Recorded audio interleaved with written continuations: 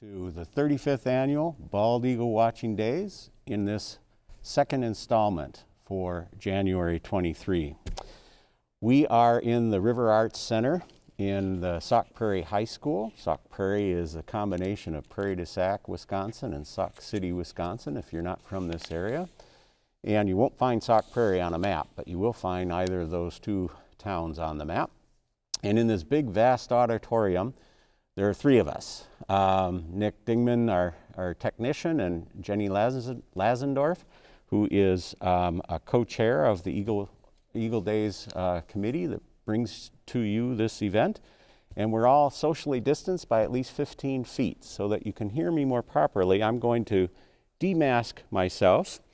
And, but we are still socially distanced, and really this virtual Bald Eagle Watching Days is being presented to you to make you comfortable and safe, but also still provide you with some of the wonderful experiences that we've had in these past 35 years in our virtual year this year. We always welcome your comments, so let us know how we're doing, and you can do that by contacting us on our webpage, which is www.ferrybluffeaglecouncil.org, and Ferry is spelled F-E-R-R-Y. It is a brisk, sunny day today. Great eagle watching weather. And in this area of the Midwest, that brisk, sunny day means that there's more ice forming on the Wisconsin River.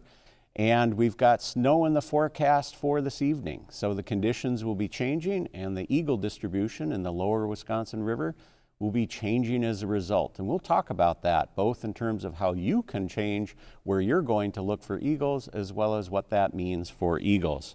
But before we get into that, my name is Jeb Barzen, and I'm the president for Ferry Bluff Eagle Council. And today, I am going to be your MC. And let's go through a wonderful agenda that we have for today. We're going to be visiting Schlitz Audubon Nature Center, where they will provide both a pre-recorded behind-the-scenes tour, and then they'll also provide a live raptor program for us today. I'll be talking, of course, a little bit more about winter ecology of eagles in the Lower Wisconsin River. And we'll also be introduced to a story from the heart, from the LaCour family, about their connections to bald eagles and Wisconsin. And finally, we'll meet our local star, Uncle Bootsy, who's a turkey vulture, and Uncle Bootsy's compatriots, Lisa Hartman and Mike Mossman. So all of that is here today, and we look forward to your engagement, and we look forward to presenting this information to you.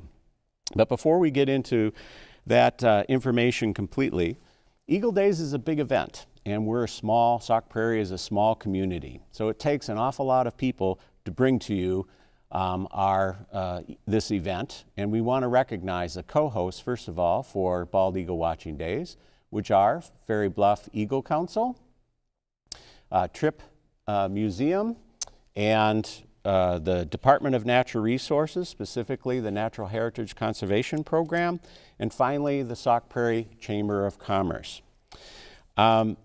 But this event also comes to you because a lot of people are willing to financially contribute to our organization, and the event sponsor is Alliant Energy, and they are wonderful at both keeping our lights on as well as being true to conservation, and not just in terms of managing the dam at Prairie to Sauk, but also providing us with the funds that we need to make Eagle Days happen. We also have a great deal of assistance from Woolersheim Winery and Distillery, and they not only are providing good wine and spirits that you can enjoy at their facilities, but while doing so, you can be watching eagles soar and know that they are actually managing eagle habitat, critical eagle habitat, by protecting a communal roost that eagles sleep in at night, and protecting that very critical habitat in the bluffs. So you can watch those eagles soar and enjoy the spirits and wine from Woolersheim. We also have many sponsors that, though they don't necessarily have eagle habitat on their grounds, they still are willing to contribute to bald eagle watching days, as well as other sorts of events that we do to keep the winter population of eagles in our area healthy and sustainable. And that means helping with protection of habitat, with education programs, and with other needs that come up. And in particular, our local businesses are critical to that effort. And when you come to watch eagles in our area, your patronization of those businesses help them meet their own bottom lines, help them stay in business. And if they can stay in business, they're engaging with us to do eagle conservation in our area. This is very much a community event, and it's one that we're proud to present to you as a community, not just individual organizations. So with that, I am going to, let me check my notes here to see if I've forgotten anything. I am going to switch to slides here and talk a little bit about why eagles are here in the Lower Wisconsin River, along with perhaps answering why you are here. And so let's talk about that winter ecology a little bit. These eagles are graceful, beautiful creatures that can move great distances, and they are here primarily because they get fish.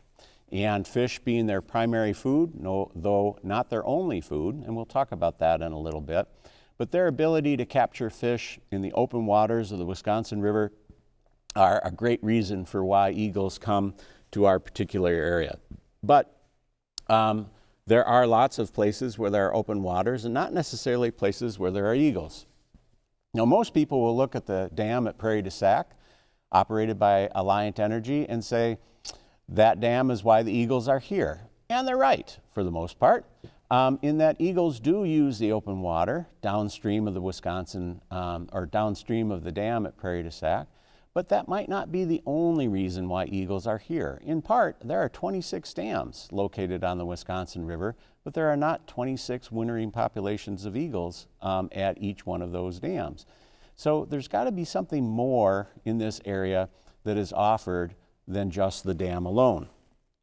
Some of that more kinds of habitat that might be critical for eagles are the bluffs, in particular the bluffs that are located close to the Lower Wisconsin River, and it is in these bluffs that eagles will often fly and gather together in groups, sometimes as large as 100 birds, and they will sleep there at night. Why they sleep there at night might be because they have a slightly warmer climate in the bluffs, especially if they're protected from the prevailing wind that's occurring that night.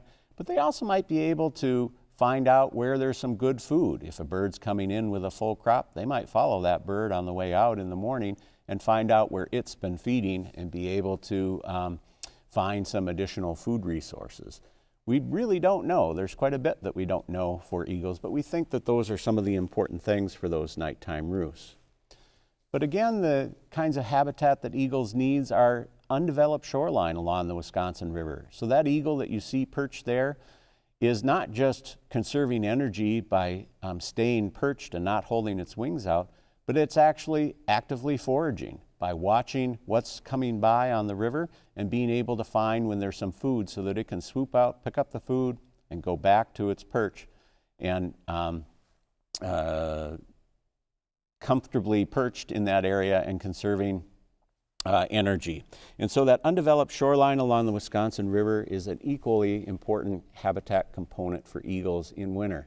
And finally, something that might surprise a lot of you, eagles will be in agricultural fields, and in particular cornfields. And no, eagles don't eat corn.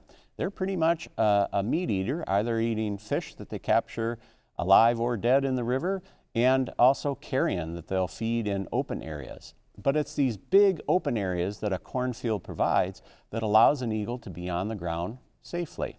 An eagle can see a predator coming from a long ways away, and that is a much better thing for an eagle who is slow to take off. Those big wings, that 6 or 7 foot wingspan, it takes a while for an eagle to get airborne. In fact, one of the leading causes of mortalities for known deaths of eagles in Wisconsin is being hit by cars. And being hit by cars occurs when eagles are feeding on carrion that have been killed along a roadside, and they perceive a car coming, but they don't react quickly enough, and so they're just taking flight as a car begins to pass and a collision can occur. And so these big open fields where they can find carrion can be important to eagles. So these 4 components, all located in close approximation to the river, can be very important for eagles in our wintertime. But, you know, though the dam can be important for eagles, we don't see eagles at the dam all winter long. We only see eagles at the dam in concentrations during certain parts of the winter. And so there's more to it even than just those 4 habitat components on a static basis. These eagles gathering on the shoreline, when they concentrate in this area, this is Eagle Island just out from Prairie to Sauk, and they're here this early December because they can't find food elsewhere. If you look at where they're feeding, these red dots are all locations of eagles that we found in a telemetry project that we'll talk about later today.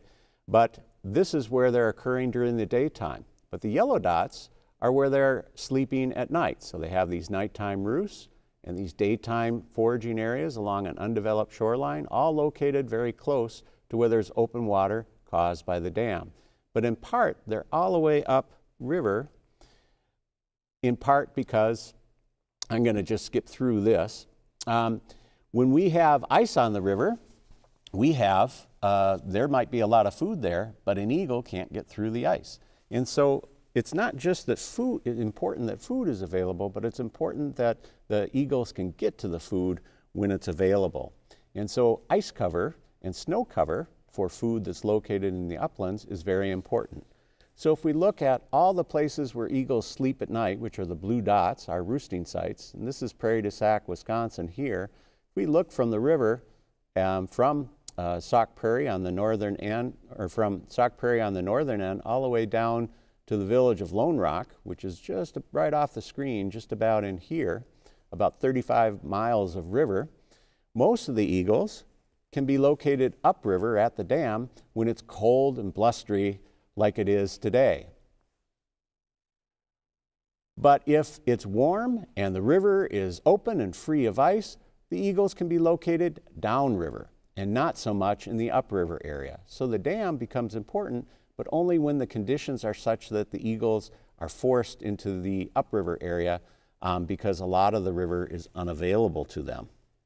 So if we look at that from a graphic point of view, these are eagle numbers in downriver roosts that you saw on the previous slide. Those eagle numbers are high when the ice, denoted by the yellow histograms, when the ice is low. But as that ice builds up, eagles numbers in the downriver roosts decline. But if you look upriver, it's when the ice is abundant downriver that eagle numbers increase. And so basically the eagles are responding to that ice cover by moving to where they can find food. These mobile eagles then are very adaptive to their winter areas, and they'll shift around and find the place where they can find the most food and utilize that area. And one of the reasons why I'm talking about this is if we go to the slides, we've tried to incorporate that behavior of eagles, the winter behavior of eagles, into helping you find where you can go to see eagles during the winter. So we're mixing human behavior with eagle behavior. And so if you go to our website at www.ferrybluffeaglecouncil.org, you can see on this that there's a place where there is a self-guided tour.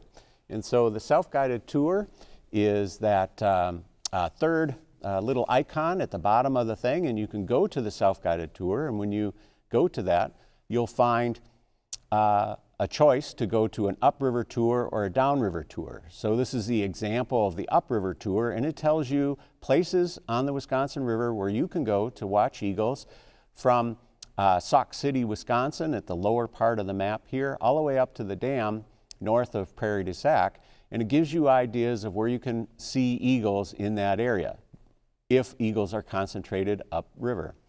You can also then go downriver if that's where you're expected to find the birds. So from Sauk City all the way down towards Spring Green, Wisconsin, you can see places where you're going downriver. Now, we don't expect you to know for sure where the eagles are, so the final part of this is we provide you with some information about the eagle distribution at any given time on the Wisconsin River. So again, on our website, if you go to the icon of eagle locations, you'll find where our eagles are most likely to be. So from our count on January 17, most of the eagles were downriver. 55 out of the 60 eagles that we counted were downriver. And upriver, there are only 2. So on January 17, most of the eagles were downriver, and you would want to use the downriver tour to have your best chance of seeing eagles. I would expect with this cold weather and the snow that's forecasted to come tonight, these birds are going to shift upriver. So by next week, you're going to want to be using the upriver tours in our area. So we're combining what we know about eagle ecology of the birds with trying to give you advice on where to go. And if you're in these areas looking for eagles, we hope that you're going to visit some of our supporters and some of the businesses in the area, whether that be in Prairie to Sauk City, Mazomanie, Arena, Spring Green, or Lone Rock. The whole landscape that is both eagle habitat and human habitat. But we hope that the tours will help you be able to do that in a safe, productive manner. So, with that, I'd like to segue then into the first of our presentations by Schlitz Audubon Nature Center, and we're going to be doing that in 2 ways. We'll have a pre-recorded video where Schlitz gives us a behind-the-scenes tour of how they go about caring for these wonderful birds that they are responsible for.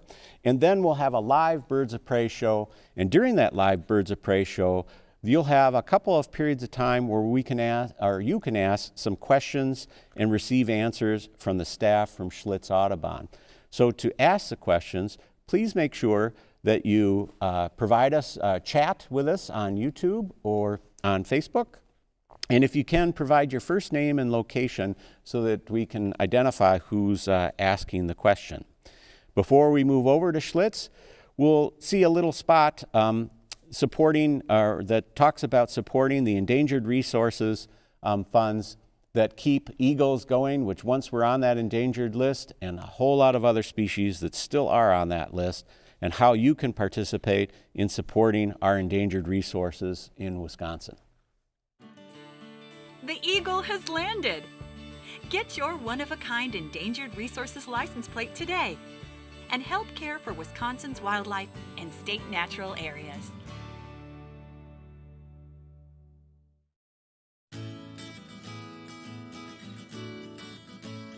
Hello from the Schlitz Audubon Nature Center Raptor team. We are so excited to be coming to you virtually this year for bald eagle watching days.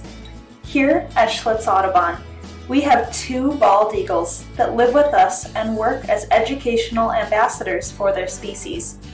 As with all the raptors that live here at Schlitz Audubon, they both have specific reasons that they are non-releasable to the wild and would not be able to survive without human care. Here with us, they are given the highest quality of care and help teach the public all about their species, both their amazing adaptations, as well as the threats currently facing the wild populations.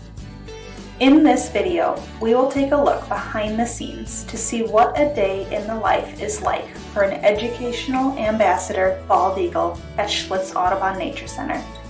First, let's meet our 2 eagles so we can learn more about how they came to live with us. This is Glory, our 19-year-old male bald eagle. And he has lived with us ever since he was young, less than a year old. He came to us with a brown head and brown tail, and we've had the pleasure of watching him grow into an adult feathered ambassador ever since. Now, he did hatch in the wild in Prairie du Sac, Wisconsin, so he is local. And unfortunately, when he was a young bird learning how to fly, he crash landed out of his nest.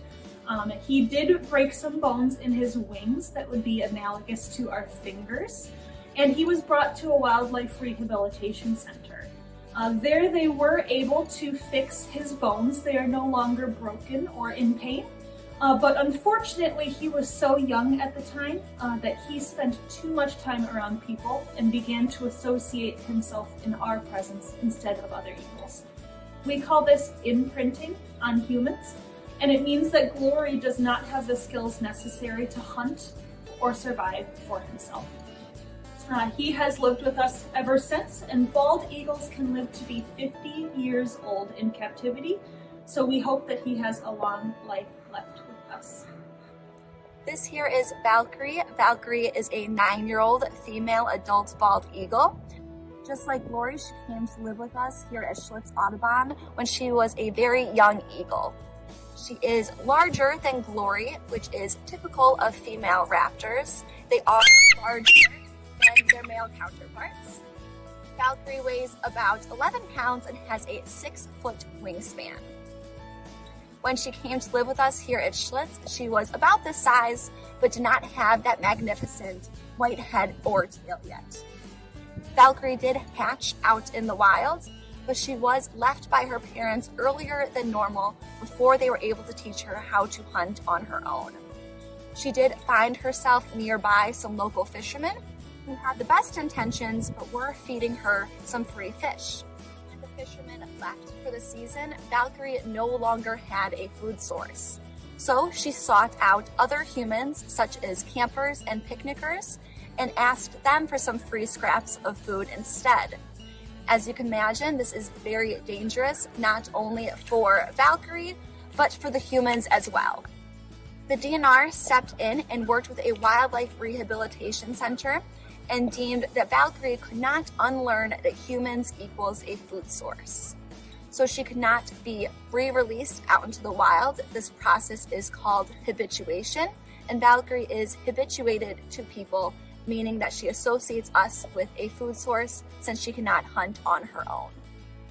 Valkyrie is one of our most vocal birds, and at programs she lets out that beautiful bald eagle cackle and captures any room that she is a part of. Now that you guys know a little bit more about Valkyrie and Glory, we hope that you enjoy a behind-the-scenes look at their life here with us at Schlitz Audubon.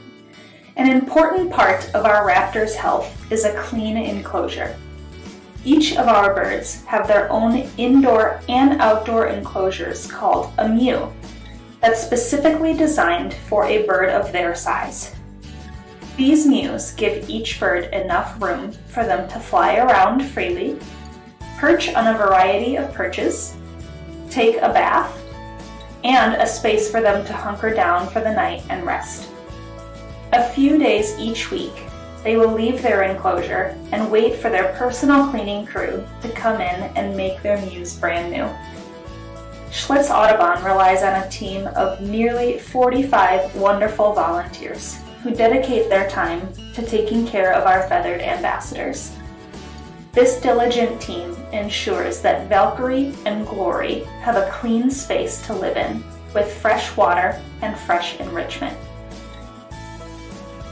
When their mews are cleaned, a staff member will retrieve Valkyrie or Glory from their mew by asking them to step up to their glove. They will then attach a leash to their jesses and tie the leash into their glove to ensure the bird is safely with its handler when they leave the space. To ensure that they're healthy throughout the year, we regularly weigh all of our birds, as weight fluctuation is a big indicator in birds of underlying health concerns. All the birds have been trained to step voluntarily to a scale where their handler can check their weight. Their weights are then recorded so that we can compare weights between seasons and years. Staff will also regularly check their feet, beaks, and equipment. As you can see here, Valkyrie has been trained to perch on this see-through station, so staff members can easily see underneath her feet to ensure that there are no sores or breakages. After Valkyrie has been weighed and her feet checked, she will move into her travel crate to wait for her mew to be cleaned. These crates are also what our birds travel in to all educational programs. They have all been trained to see the crate as a safe space where they can sit calmly in a dark, quiet place. When their mews are all fresh and clean, staff will ask the eagle to come out of the crate, walk them back to their mew, and take off their equipment where they can then return freely to move about their mews as they please. After their mew is cleaned, our birds get fed their first meal of the day. Valkyrie and Glory are each fed 2 meals each day. The exact amount of food per day depends on their current weight and the time of year, as wild animals' metabolisms change depending on the temperature and amount of sunlight. Bald eagles are native to Wisconsin all year round, so our eagles have outdoor spaces that are subject to the seasons, just like wild bald eagles are. Winter in Wisconsin can get pretty cold, so we feed our eagles more than they would get during the summertime, so that extra weight can keep them nice and warm. The eagles get a variety of menu items, such as rats, quail, rabbits, and fish, as those animals are regular food items in the diet of a wild eagle. Glory's favorite thing to do is fish his meal right out of his water, which simulates the natural behavior of fishing that bald eagles are so well adapted to.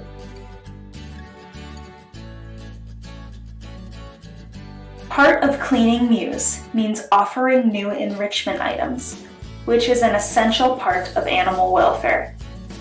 Animal enrichment can be anything that challenges the mind or encourages different behaviors from day to day. It could be a toy item, a training session, or new sounds that they have never heard before. Giving our birds new enrichment allows them to exhibit their species' typical behavior, as we saw when Glory was fishing for his meal. These exercises give them the opportunity to exercise control and choice over their environment while keeping their minds active. Our volunteers and staff are constantly coming up with new ideas for how to enrich our birds. We keep a large variety of enrichment items, including different sized kongs, balls, and decoy animals such as ducks and snakes. Here, staff brought Glory outside of the raptor facility for a walk to enjoy new textures on his feet, sounds of birds and other wildlife, and new sights to enrich his mind.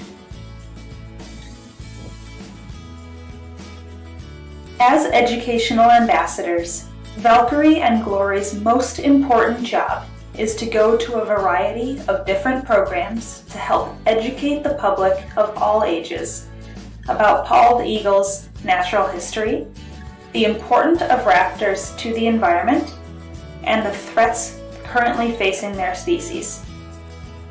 The eagles will be retrieved from their mew, stepped into their crate, and then loaded carefully into our raptor-equipped van before driving off to whatever program they are attending that day.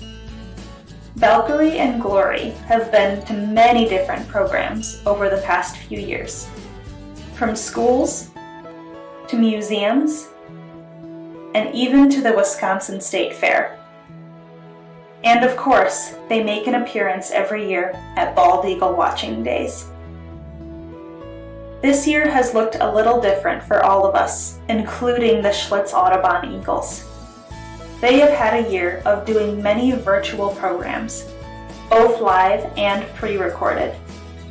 The crowds they see are much different than in years past, and often look much smaller, and are spread out instead of the packed gymnasiums and auditoriums that they are used to. After a long day of cleaning, eating, traveling, and educating the public, Valkyrie and Glory are left to enjoy their own space. With the proper care, bald eagles can live up to 50 years in captivity. Valkyrie and Glory have many more years of educating the public about our country's national symbol. Thank you for your continued support and for joining us in this behind-the-scenes look at the day of a life of a bald eagle at Schlitz Audubon Nature Center. We hope to see you all again in person next year at Bald Eagle Watching Days.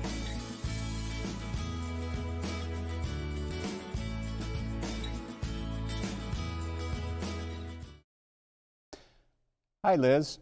I'd like to, for our audience, introduce you, Liz Alanya, to our Bald Eagle Watching Days, and we will meet Ian Dorney in a little bit, as I understand it. And so thank you for joining us, first of all, and even foremost of all. And thanks also, of course, to your stars of the show, which, at least your feathered stars. And before we get started with your program, we had a question from Justin on Richland Center, and he was just curious about where the name Valkyrie came from. And since that was you holding Valkyrie, you'd be the perfect person to answer. Yes, so Valkyrie, her name comes from a, I am blanking where Valkyrie name comes from. So this already is starting off well. Maybe we can switch to Ian, and Ian can tell us a little bit about Valkyrie's name. Yes, Valkyrie was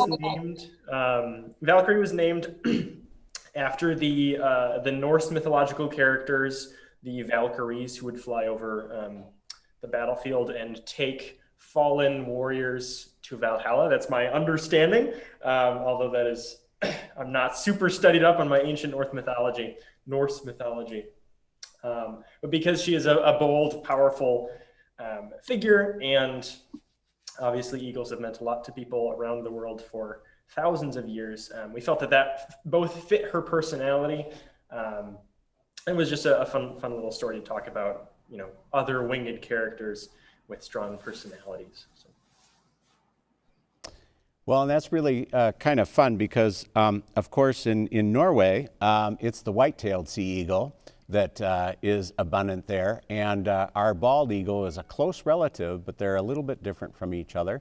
And since many of the original Europeans to come to the Midwest were Norwegians, we have our human equivalent of Americans of Norwegian descent, and we also have the bald eagle, which is essentially a good cousin of the white-tailed sea eagle. So I like that mixture of stories about this.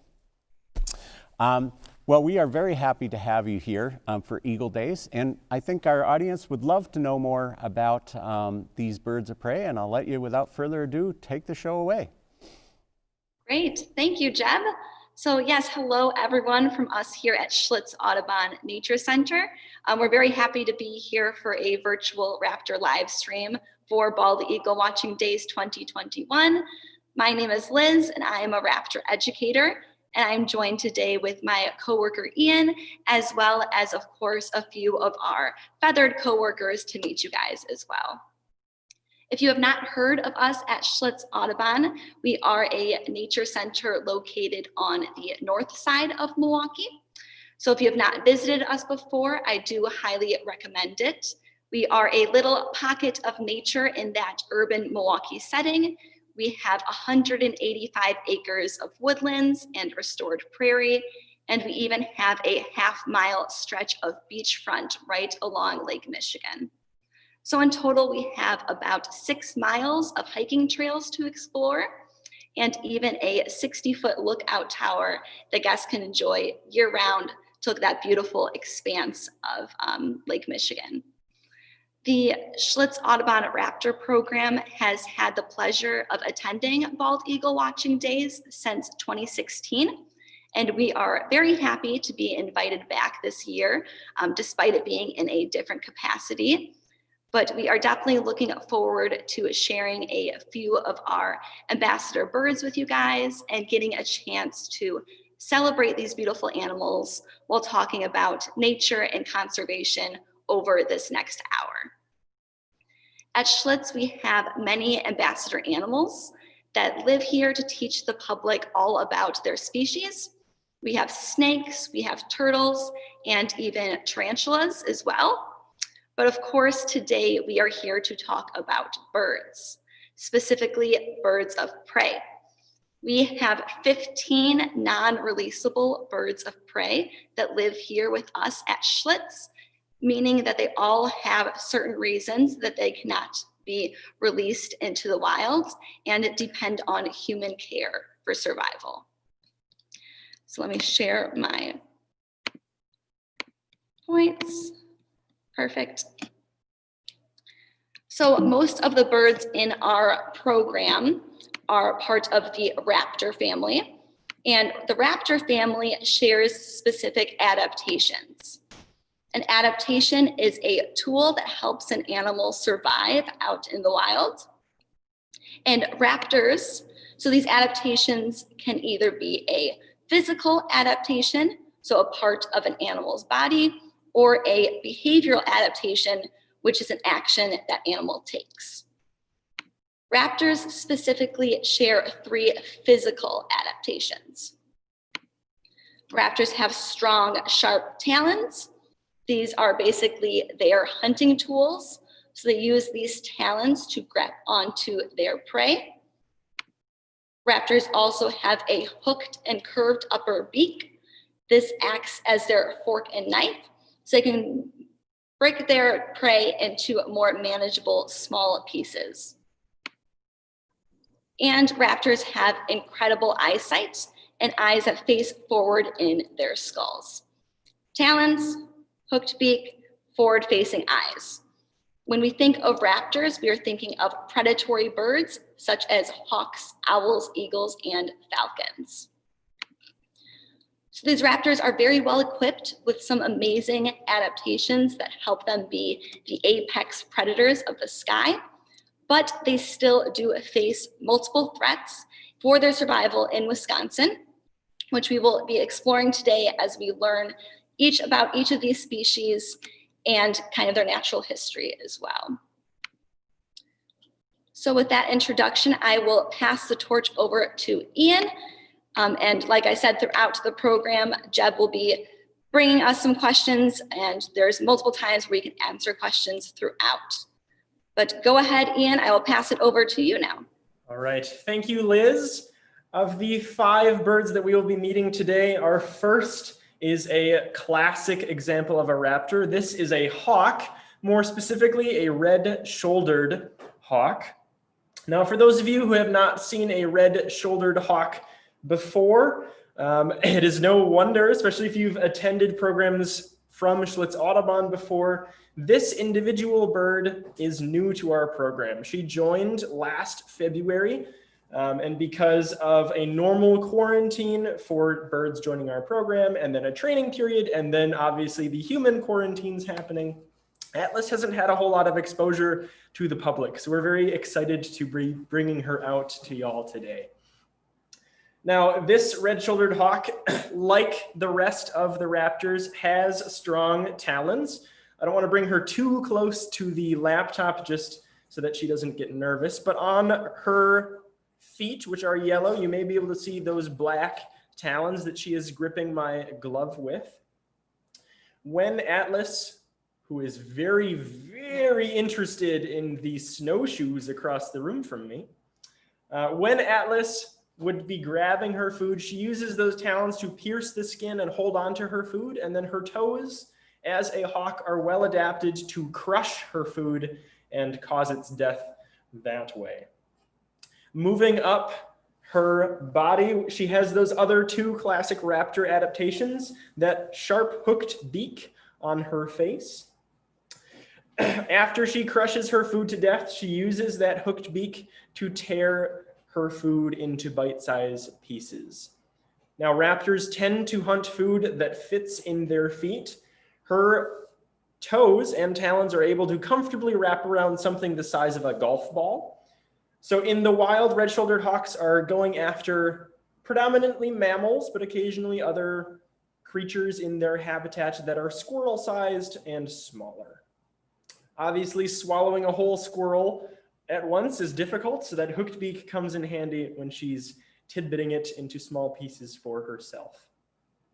And then as she's showing off right now, looking above the camera, Atlas has those two forward-facing eyes that all raptors have, and many predators have these in the animal kingdom.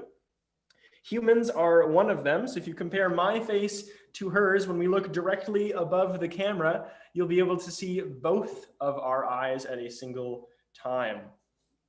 Now, if you compared that to a goat, a rabbit, or a horse, generally herbivorous animals, generally prey animals that have to worry about predators coming around.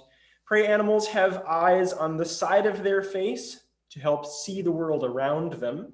But predators like humans, cats, dogs, and raptors have these forward-facing eyes to help us focus on one object at a time. And Atlas, having never been in this room before, is focusing very intently on one thing at a time and making sure that they aren't food or a threat to her safety.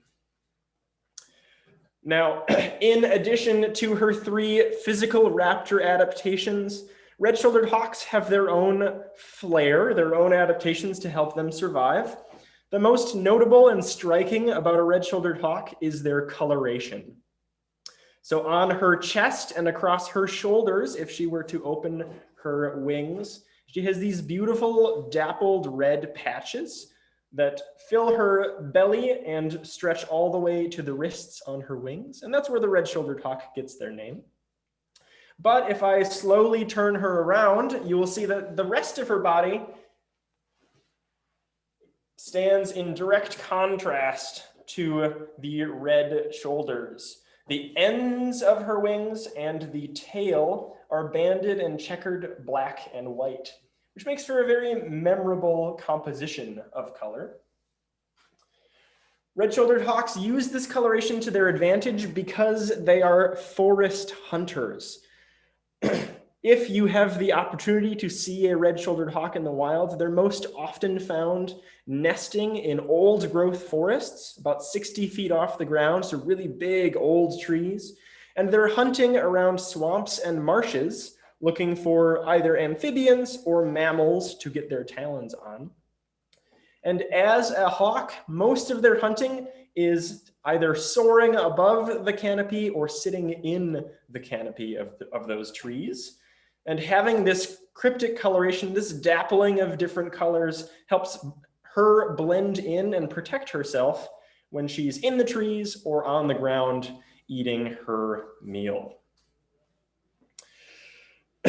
Now, unfortunately, raptor adaptations, those talons, those beaks, those forward-facing eyes, and red-shouldered hawk adaptations, that cryptic coloration she has, can't protect her from everything.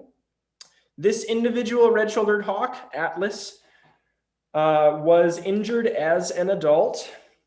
So she lives with us because of a permanent wing injury due to a car collision.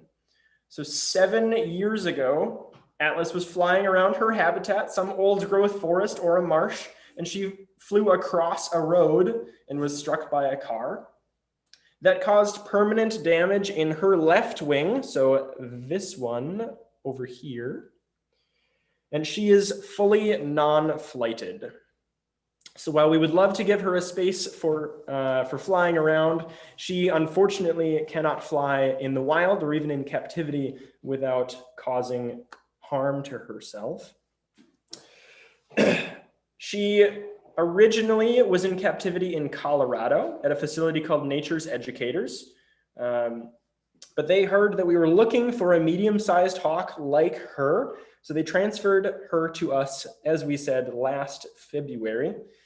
And now that she's in Wisconsin, she helps educate audiences about the need for wetland conservation. In Wisconsin, the red-shouldered hawk is not super common. And for Nick, who I believe is facilitating, I would love to be able to share my screen so that I can show us some range maps of these birds in Wisconsin. But they're most easily found around those old growth forests or those wetlands. because that's either good nesting habitat or good habitat for them to hunt for their food. Recent Wisconsin DNR estimates place them at a few hundred birds in Wisconsin in a threatened status because their habitat is slowly disappearing. In the last century, over 50% of Wisconsin's wetlands have been turned into different land uses like crops, roads, and cities. And not just red-shouldered hawks, but 75% of animals in Wisconsin rely on wetlands through their life. So while red-shouldered hawks are prevalent across the US with a lot of concentrations on the West Coast and in the South, in Wisconsin, they are not as numerous. These are some of the known nesting sites where these birds have been observed. And if you know anything about Wisconsin topography, you'll recognize some patterns, especially in the southeast of the state. Those are riparian areas, so rivers and ponds with lots of old growth trees. Once again, about half of Wisconsin wetlands have been converted to different land uses, and that is a direct threat to red-shouldered hawks. But 75% of the critters that live in our state depend on wetlands at some point. We're thinking about the frogs, we're thinking salamanders, some of our reptiles, the predators, the moose, the deer, the raccoons. So when we protect the habitat of red-shouldered hawks, we are protecting 75% of Wisconsin's wildlife. Now at this time, if there are questions about red-shouldered hawks or about Atlas in particular, I would love to answer one or two of them. And I will, as we take those questions, try to keep her on screen here. Ian, we've got some fun questions. I think Miranda from New Haven, Connecticut, she's interested in understanding more about why you would quarantine Atlas when she was just being introduced to your program. Yeah, that is a fantastic question. Now, the reason that we quarantine new birds when they join our program is because these birds have their own biome, their own set of creatures that live in their body. In the same way that human bodies have different sets of bacteria and, yes, unfortunately, parasites, these birds can carry diseases with them. They can carry feather parasites. And when they're transferred between facilities, or if they're a wild bird brought into a rehab, we do our best to keep those birds away from each other until we have confirmation that they're not going to make the rest of the collection or the rest of the animals in the rehab sick. So that quarantine was short. It was about a week, maybe 2 weeks before we got confirmation from our vet that everything was okay. And then a few months after her quarantine ended, she was ready to do programs in our summer camps. That was a great question. We'll take one more. Patty was interested if you could compare red-shouldered hawks with red-tailed hawks in terms of size and that sort of thing, because of course the red-shouldered hawk looks a little bit like a red-tailed hawk.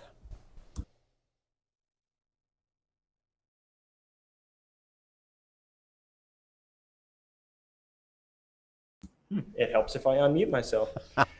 Thank you, Patty, for that question. Red-shouldered hawks have a few key differences that can help you identify them from red tails. If you find these birds in flight, red-shouldered hawks are going to have a much more ruddy chest, and you may be able to see those wrists, but the key for identifying these birds in flight is to look at their wing tips. Red-shouldered hawk wing tips, because of this beautiful checkering that they have on their body, they look like they have translucent window panes through their feathers. Whereas a red-tailed hawk is going to have pretty much a solid cream wing. You'll be able to see the banding and the translucent white windows on a red-shouldered hawk. If you find them in the wild and perched, the red-tailed hawk, obviously there's a lot of color variation that can happen. My biggest identifying clue is where I am. As we mentioned, red-shouldered hawks, like Atlas here, prefer old growth forests and wetlands. and they're not shy about flying through the trees if they have to, whereas red-tailed hawks prefer big open country. So if you're not able to see the exact markings of, ooh, does it have a red tail or a banded black and white tail, you can look where you are, and if it is a large bird, and it is perched up on a light post in a big open area around a field, that's likely a red-tailed. Or if you're in a forest or around a river or swamp, you may be looking at a red-shouldered. I will say in many cases, it is going to be a red-tailed hawk, because red-tailed hawks, their range has been expanding, whereas red-shouldered hawks are becoming more and more rare to see in Wisconsin. So in order to clearly identify a red shoulder versus a red tail, that coloration is going to be really important. But in most cases in Wisconsin, you probably are looking at a red-tailed hawk. Thank you for those questions. Continue to put them into chat. We would love to answer them about our individual birds, but we have a busy afternoon ahead of us. So I'm going to hand it over to Liz, and she's going to introduce us to our next bird. All right, thank you, Ian. So this bird here is another bird that relies on those wetland habitats, like we were talking about with Atlas. This here is Perseus, and Perseus is a barred owl. So that is B-A-R-R-E-D, the barred owl, named after that barring on his chest. So barred owls also live in the wetlands. They also eat all of those slippery, slimy creatures like salamanders, toads, snakes, all that fun stuff. But red-shouldered hawks and barred owls are able to coexist in the same habitats because red-shouldered hawks hunt during the day. They are diurnal, and barred owls hunt at night. They are nocturnal. So they are able to coexist together in those wetland habitats. So Perseus has those same raptor adaptations that we have been talking about. He has those sharp talons, that hooked beak, as well as those forward-facing eyes. But since Perseus is an owl and they are nocturnal, they have even more specialized adaptations since they are hunting at the darkest points of the night. So one of the first things I notice when I look at Percy is how huge his eyes are. And those eyes are certainly big. Us as humans, our eyes only take up about 5% of the space in our skull, but owls take up 75% of the space in their skull. So they are quite large. Those eyes also have more rod cells than cone cells, allowing them to see in very dim light and allowing them to let as much light in as possible. So those eyes are also so big that there isn't any room for the muscles around the eyes to move them in the skull. So barred owls' eyes are fixed in place, always looking forward. The solution to this, of course, is a very flexible neck, as Perseus is showing off as he looks all around this room. Percy has definitely been in this room before, but he has to search around to make sure there's no funny business going on and look around all around him for any predators or prey as well. Surrounding those incredibly special eyes is this distinctive rounding of feathers, giving owls that very round looking face. So they have a stiff ring of feathers around their eyes, and that is called a facial disc. And that facial disc acts pretty much like a big satellite. We can't see the eyes or the ears on Perseus, but those ears are located at the edge of that facial disc, and that facial disc allows sounds to be funneled into those ears, which also helps them hunting at night.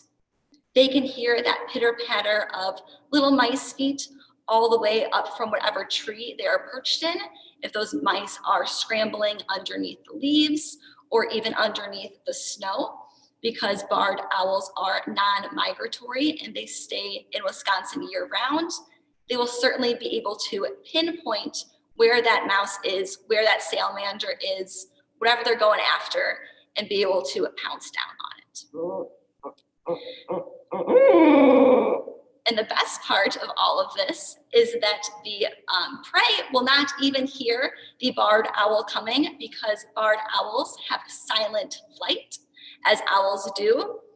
Owls have incredibly soft feathers, as well as fringes on the leading and trailing edges of their wings that look kind of like little eyelash fringes. And these help muffle the sound of the wind as it passes through the wing, giving them silent flight, truly making them a sneaky predator of the night. Now, Perseus came to live with us here at Schlitz because he had an unfortunate run-in with humans when he was a very young owlet. So Perseus fell from his nest when he was a very young owl, likely trying to learn how to fly. Unfortunately, that nest was located in a very busy park. So little fuzzy Perseus was on the ground in this park, and people began coming up to him and petting him and picking him up and interacting with him. And his mother owl ended up fleeing the nesting location and leaving Perseus behind, because of course owls view us as very large predators, and that would be quite scary for her and her young. So she had to flee the nest and leave Perseus behind. This left Perseus alone, scared, dehydrated, and it took a while for wildlife rehabilitators to step in. And by the time they stepped in, Perseus had spent too much time in that presence of humans, and he began associating himself in our presence rather than his own species. This is a process called imprinting, and it is a permanent condition. So Perseus will not be able to be re-released out into the wild because he did not get that time to learn how to be an owl out in the wild. So thankfully, barred owls are not on that state threatened or endangered species list like the red-shouldered hawk is, but they do face some conservation concerns of their own. Barred owls are cavity nesters, as we can see from this wonderful picture of these cute barred owls in their tree. So barred owls search for dead trees and a nice hole in there to build their nest. And unfortunately, many times us as humans tend to cut down these dead trees. What we don't realize is that dead trees are still absolutely filled of life. And many animals, not just barred owls, use these holes in these dead trees as safety areas, as their nesting locations. Let's see if we'll go through. And of course, through a lot, there we are. And of course, barred owls live in wetland areas. As we have talked about, these are shrinking areas in our state. So wetlands, we encourage you guys to go out, see wetlands, learn about how important these wetlands are for many different animals and how cool these areas are. You can do stuff in your own life to protect wetlands, such as volunteering to help clean up these wetlands, and also reducing your use of pesticides, fertilizers, anything like that that can seep into the groundwater. And another conservation concern for barred owls, for many predatory birds, is rodenticides or rat poisons. So these rat poisons, homeowners and business owners put out in attempts to free their property of pest species. What we don't realize is that sometimes these rat poisons can take up to a week to do the job. So a rat can be running around with that poison in its system up to a week before it actually kills the rat. That essentially makes these rats and mice ticking time bombs for predatory birds such as owls. So we encourage all of our homeowners and business owners to look into non-toxic forms of pest control, because there really is no such thing as a safe rat poison. And I will certainly take any questions, Jeb, if we have any about Perseus or barred owls. Liz, Brian was interested to know more about the jesses, or the leather ankle bracelets that you use on the raptors. Yes, so when any of our raptors are at a program, they have a leash that attaches to those jesses that then attaches to our glove. That keeps the bird safe with us if they are not familiar in a space. And even though Perseus knows this area, I want to keep him safe with me. But after the program, I take that leash off, unclip it from his jesses, and he will always have the leather anklets around his ankles. They're basically like little bracelets with the jesses attached, but the rest of the equipment does come off. And Marie was also wondering, what's the most common owl in Wisconsin? So barred owls are very common, but the most common owl in Wisconsin would be the great horned owl. But great horned owls, barred owls, and screech owls are three very common owls in our state. Well, and I think people would want to thank Perseus from giving us a great demonstration of barred owl calling. Of course, he always makes sure to add that in as well. All right, I will pass back off to Ian then with our next bird. All right, thank you, Liz. Coming into frame here, I'm gonna stand her back a little bit so we can get her whole body. This is a very, very different type of bird of prey. While owls have an awesome sense of hearing and sense of sight, not every bird of prey can have all five senses extremely heightened, and owls actually have no sense of smell that we can measure.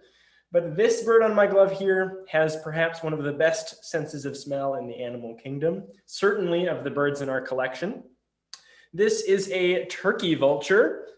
This individual is named Tallulah, but Tallulah shows off a different variation of those physical adaptations of raptors.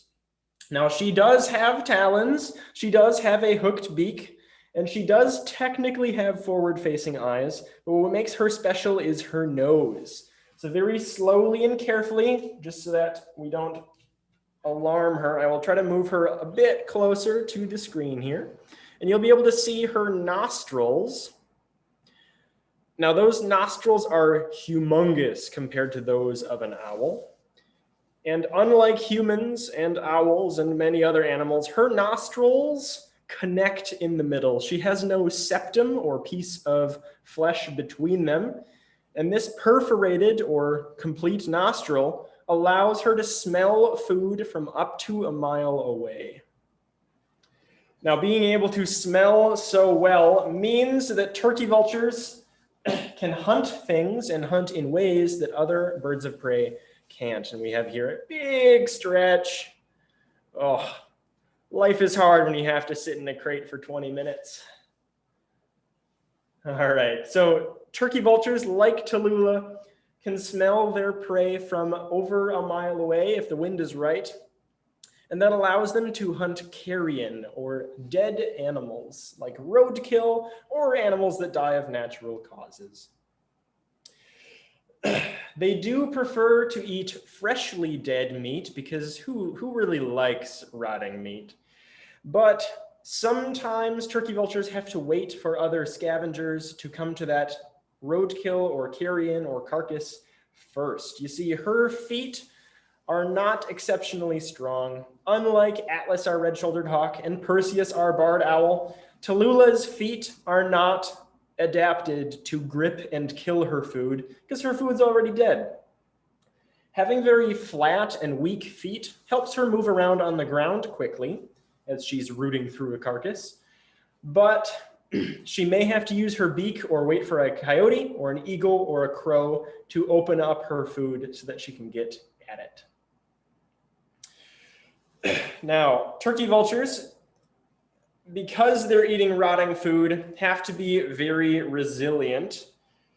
if you and I were to eat food like Tallulah was, to eat it after it has died and hasn't been cooked and has been sitting out for a couple days, humans and many animals would get very, very sick. But turkey vultures, despite not having that classic power of a raptor, have a hidden power. Her stomach, compared to a human, is 10 to 100 times better than ours. You see, when turkey vultures are rooting around in carcasses, they might run into things like botulism or anthrax, cholera, and rabies, and they have to be able to still eat without getting sick. So having stomach acids that are 10 to 100 times stronger than ours actually allows them to disinfect or sanitize their food in their stomach before this bird digests. That means as they move around Wisconsin, vultures are finding leftover meals and roadkill, and they're cleaning out all the illnesses that could affect other animals, including humans. It is as if they are nature's feathered sanitation workers, moving around and cleaning up what no other creature wants to. Now, turkey vulture acid, or their stomach acid, is extremely powerful, but it isn't powerful enough to protect them from every ingestible thing. Sometimes when scavengers are moving around, they run into trouble. And the best example of this actually comes from a distant cousin to our turkey vulture. There are a couple species of vultures in India that ran into trouble themselves. A number of years ago, 3 species of Indian vultures entered a fast decline in numbers because of a veterinary drug called diclofenac. And diclofenac was used on feverish and sick cattle to hopefully save those animals for human use.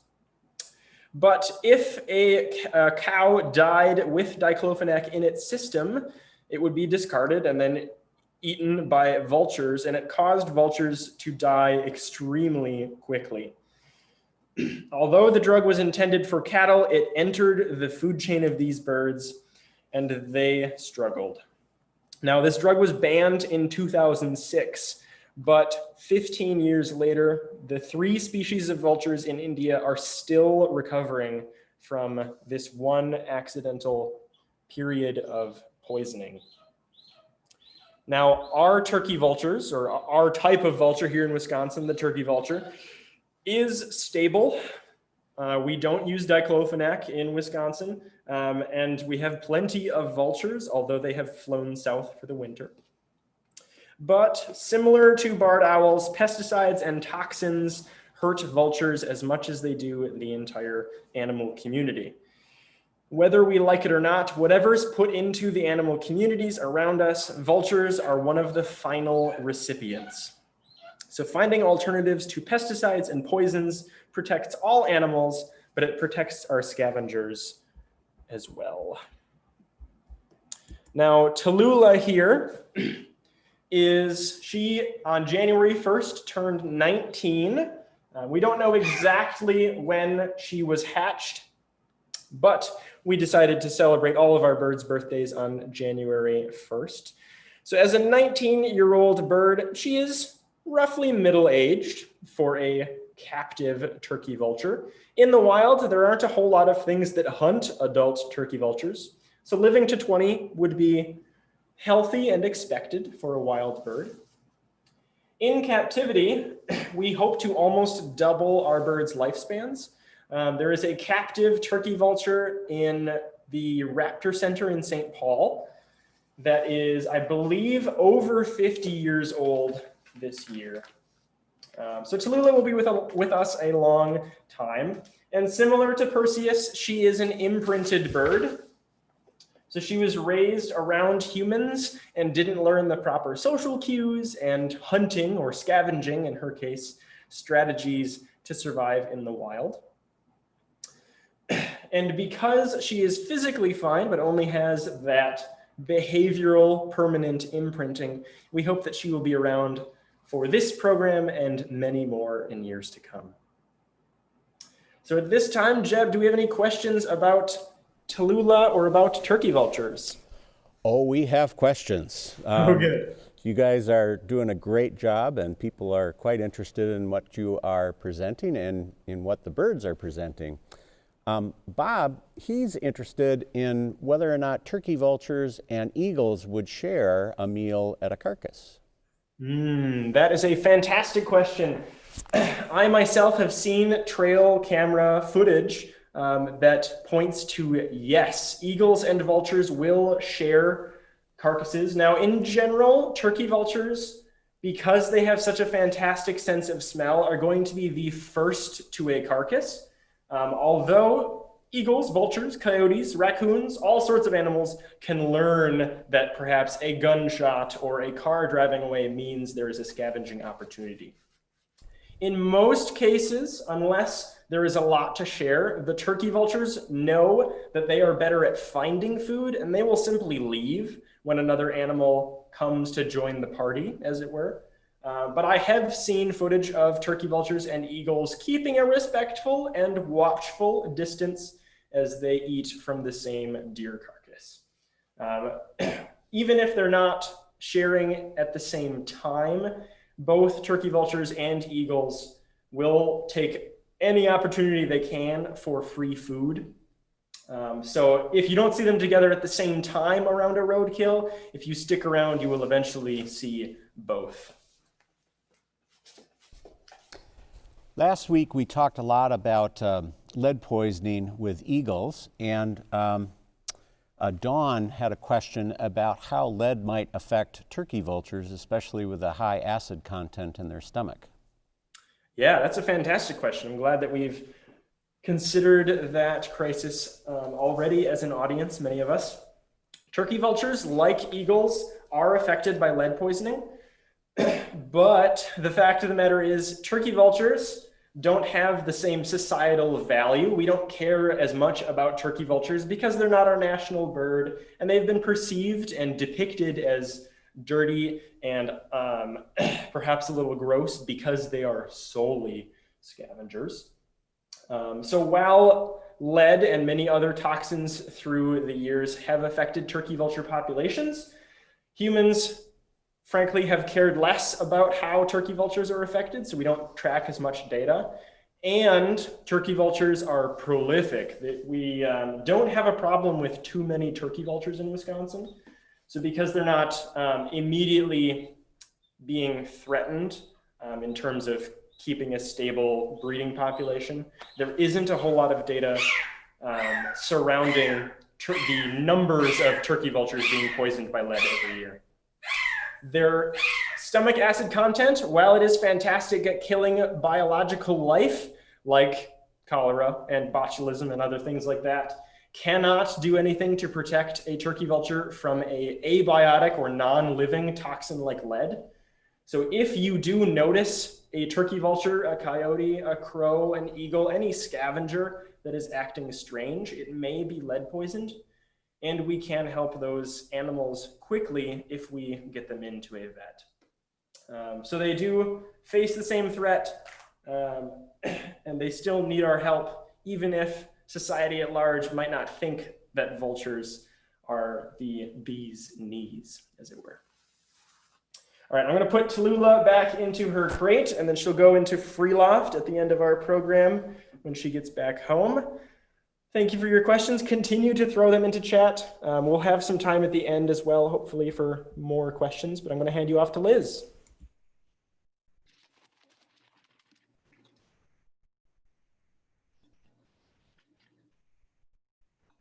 Wonderful. Thank you, Ian.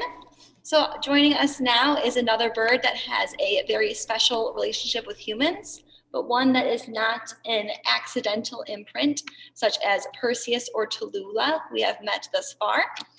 This here is Cutright, and Cutright is a peregrine falcon.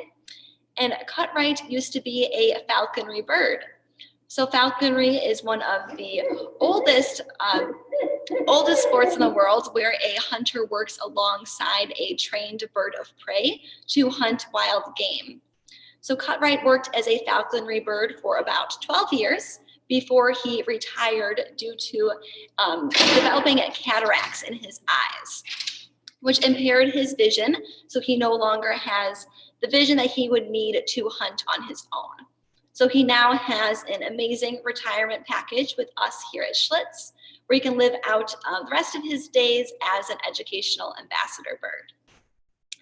Peregrine falcons are one of the most popular birds used for falconry because they really are a bird that is built for speed and built for hunting.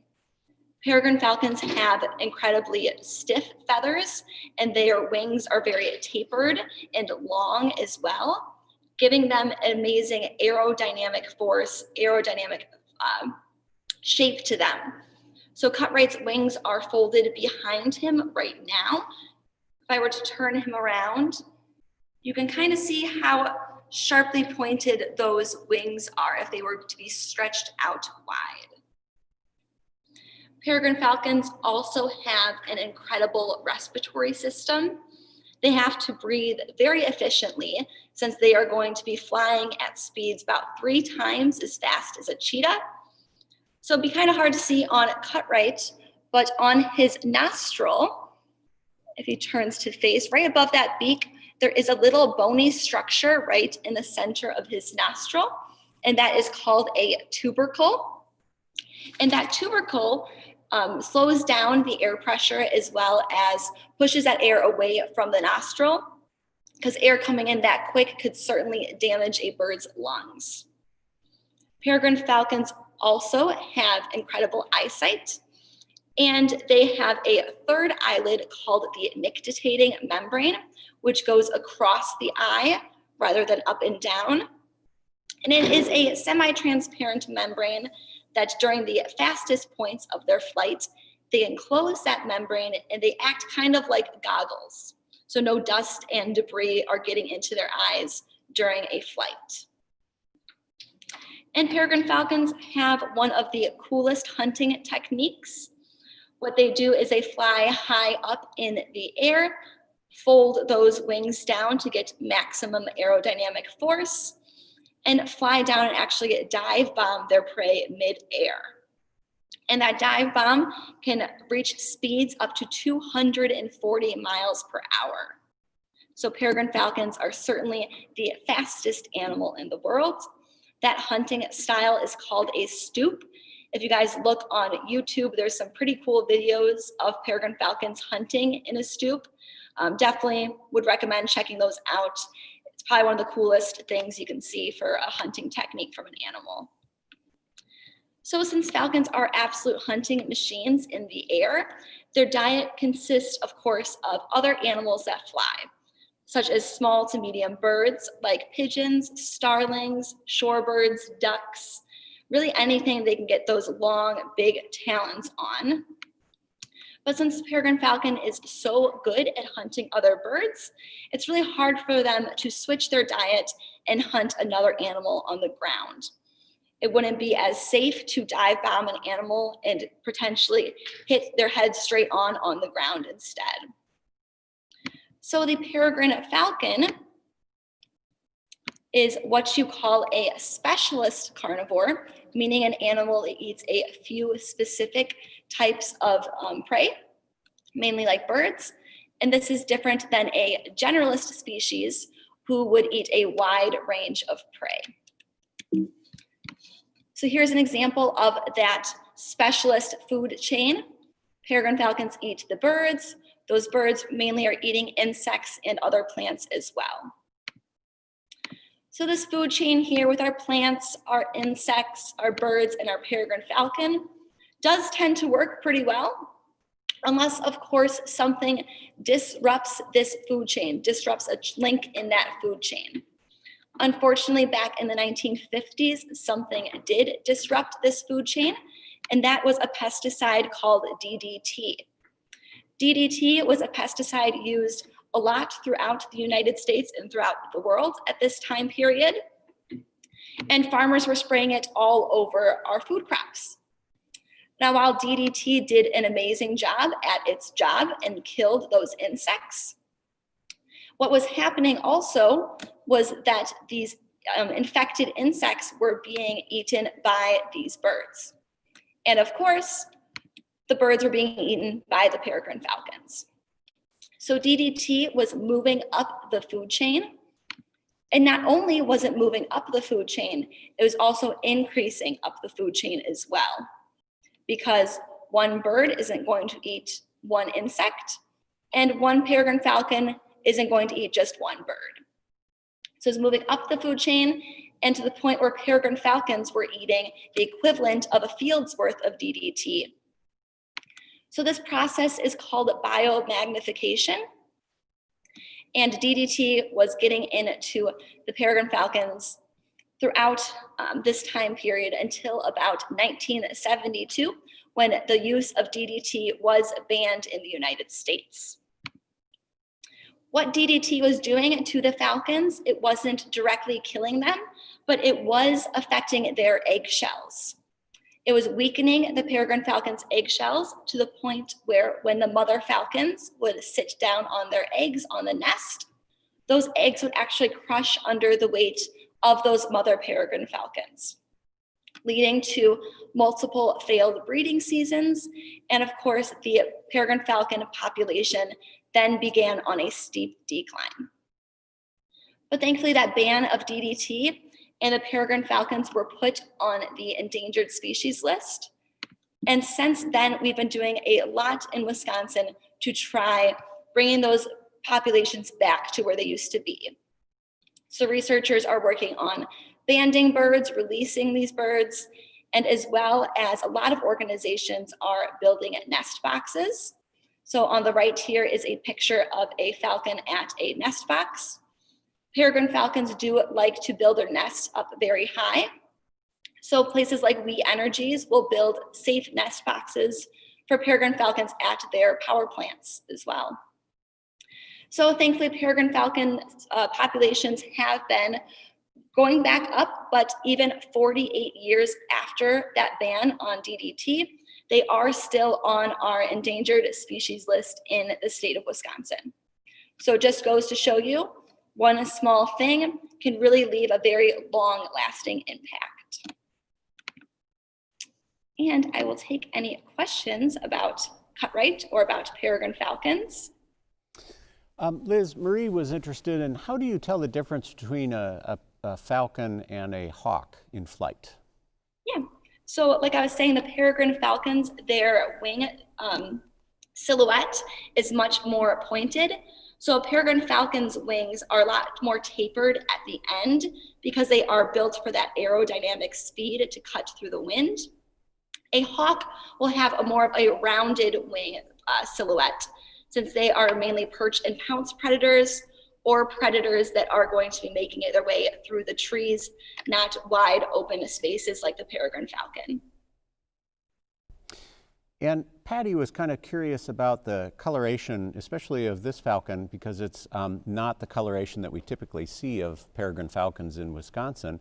Can you talk a little bit more about the differences in plumage that you see in peregrine falcons? Yeah, so there are actually 19 different subspecies of peregrine falcons throughout the world. Peregrine falcons are a global bird. They can be found on every single continent except Antarctica. The word peregrine is actually Latin for wanderer, so they are found pretty much everywhere. And that color differentiation is seen dependent on region. So the northern peregrines, a little bit darker like this. I know if you head a little bit further south, they get a little bit more brown to them, a little bit lighter as well. But that coloration differences is different by region. Good. Well, thank you. And I think, let me see, there is a, well, actually, I get to ask a question. I am just, you mentioned it briefly, but I'd like you to talk more. I'm absolutely fascinated by those huge feet that a peregrine falcon have, because they're just so different from most other raptors in proportion to the whole body size. Can you talk about that a little more? Yeah, their proportions are quite a bit different than other birds. And those feet really help them grasp onto birds even almost the same size as him as well. So they can take down birds pretty much the size of ducks as well. But their whole body composition, their whole body proportions is all built for that speed and built for their hunting. So we can go all into their breastbone and how their eyes are shaped, but everything is built for that hunting. But those feet definitely help them take down even large prey, such as ducks. Good. And I'll pass it off to Ian for our last bird. Thank you again. All right, thank you, Liz. Now, the star of eagle watching days is indeed the bald eagle. Here on my glove, I have Valkyrie. Valkyrie is our female bald eagle.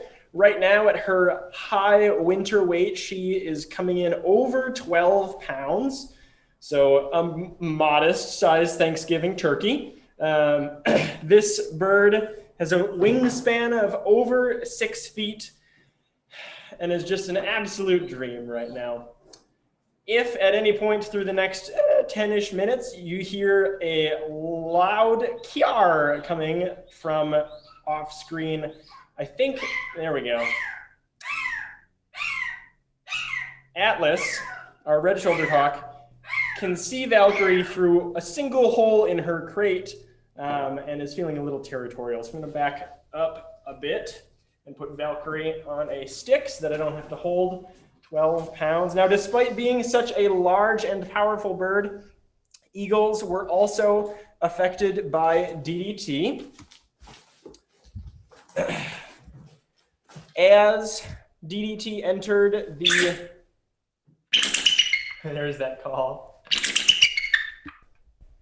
As DDT entered the fields, as it was being sprayed by humans, occasionally it would run off into rivers and into collections of water, ponds, lakes.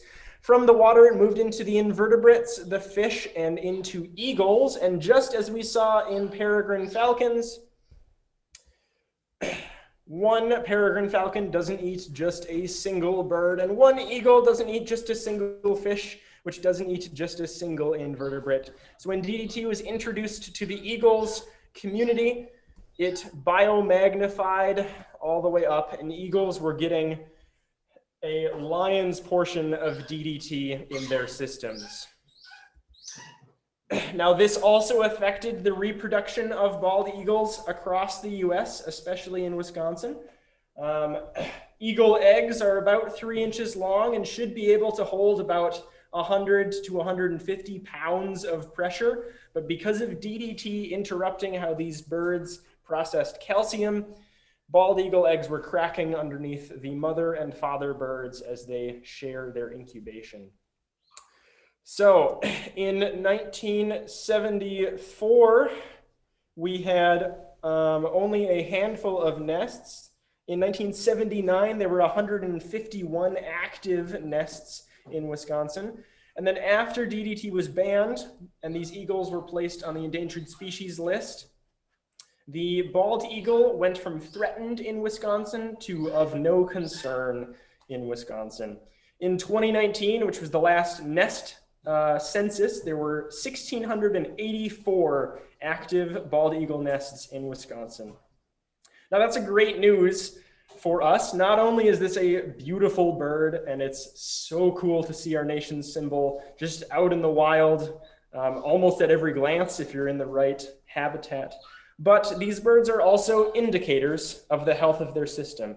If bald eagle populations are changing, that means the communities they inhabit are also changing. And if you can see bald eagles around you, either during the winter or during the breeding summer times, that means you're in an area that is healthy for these birds. Now, obviously we celebrate bald eagle watching days, as Jeb shared earlier, because these birds can be found in mass numbers. And that is so cool to see congregations of eagles as they move around Wisconsin and move around in the day. They do this not because they're social in winter, but because they need to survive. You can imagine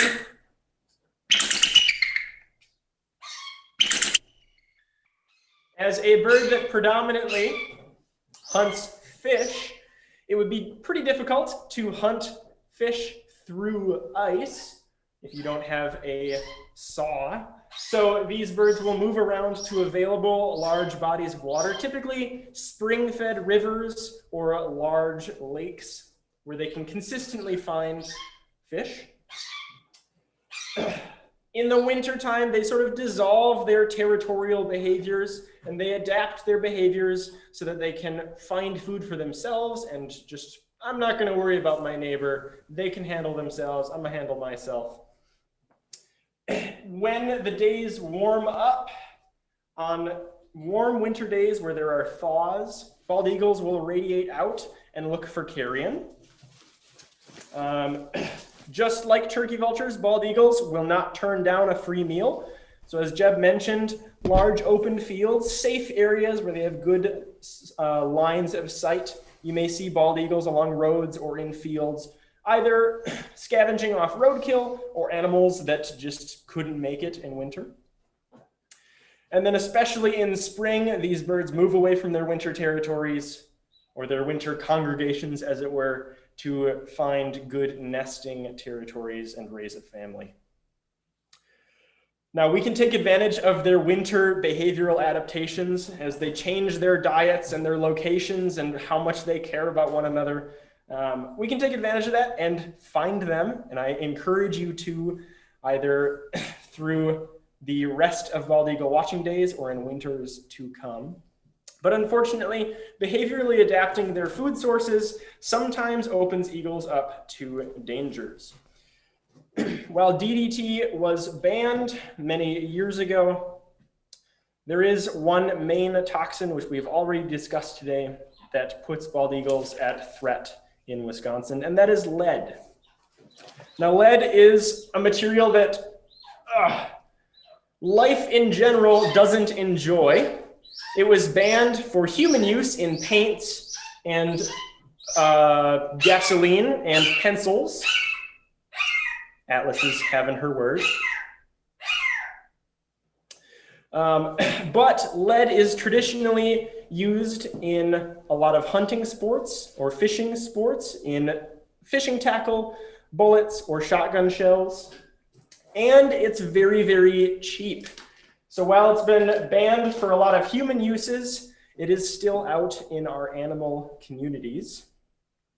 If a lead sinker falls off a line or is consumed by a fish, it enters the active hunting food web of an eagle. Or if a hunter shoots a deer, for instance, that bullet can fragment and shatter up to 1.5 feet away from where the bullet enters that animal. And if any fragments of that lead bullet are left in the woods or in the fields or wherever that animal dies, it can enter all of our scavengers: coyotes, crows, turkey vultures, and eagles. Now, the Raptor Center in St. Paul, I've mentioned them before. They are a rehabilitation center for injured birds of prey.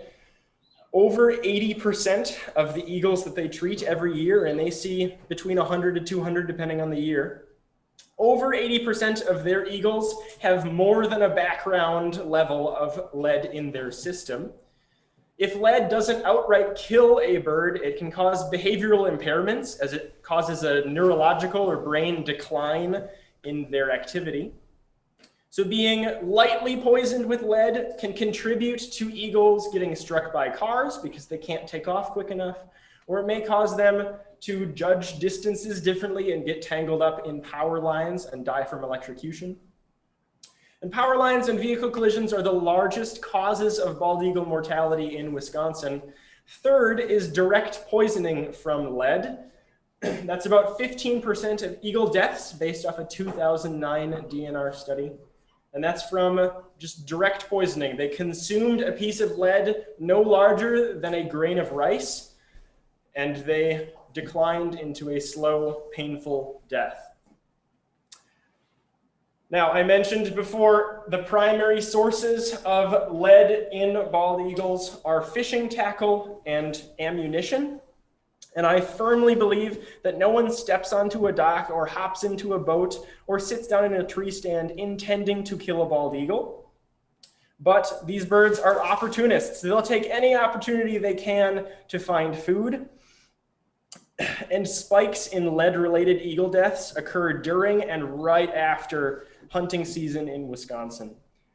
So while lead is cheap and traditional, these birds and scavengers around Wisconsin are paying the price for human convenience. Now here at Schlitz, we urge people to use tin and copper alternatives to lead sinkers and lead ammunition.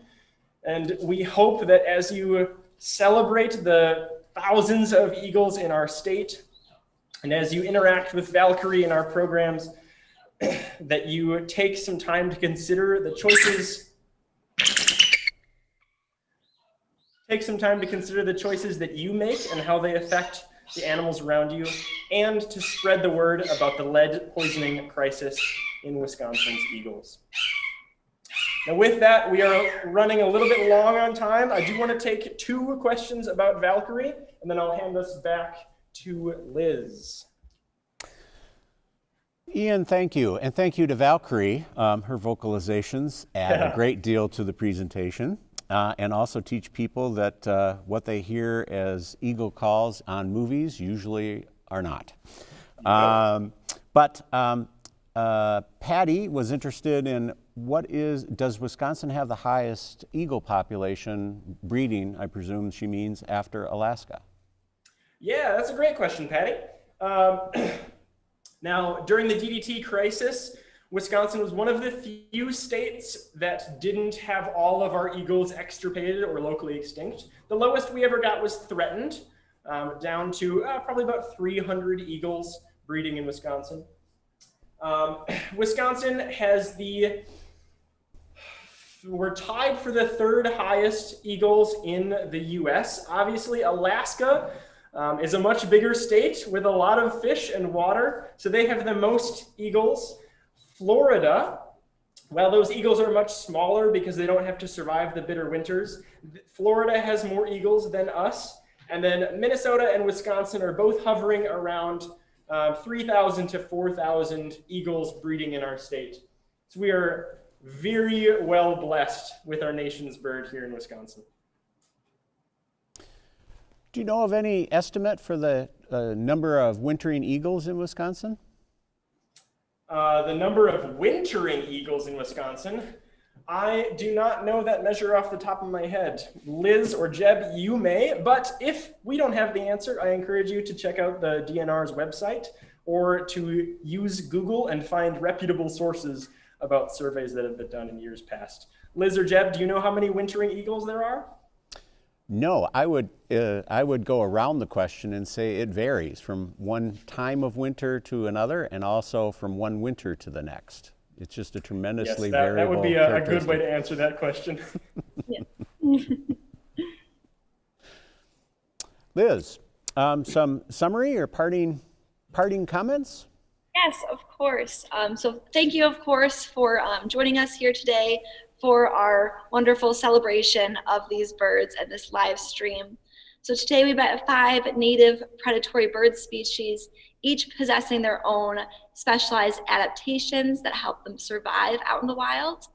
And each of these birds we met today actually face unique threats to their survival. So our barred owls and our red-shouldered hawks rely on those certain types of habitats, those wetlands.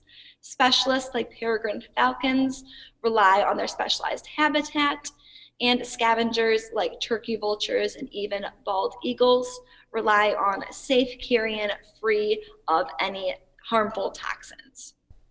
So as we close out today, our celebration of Wisconsin raptors, I encourage each and every one of you to be mindful and consider how each raptor's ability to thrive depends on the choices that we make.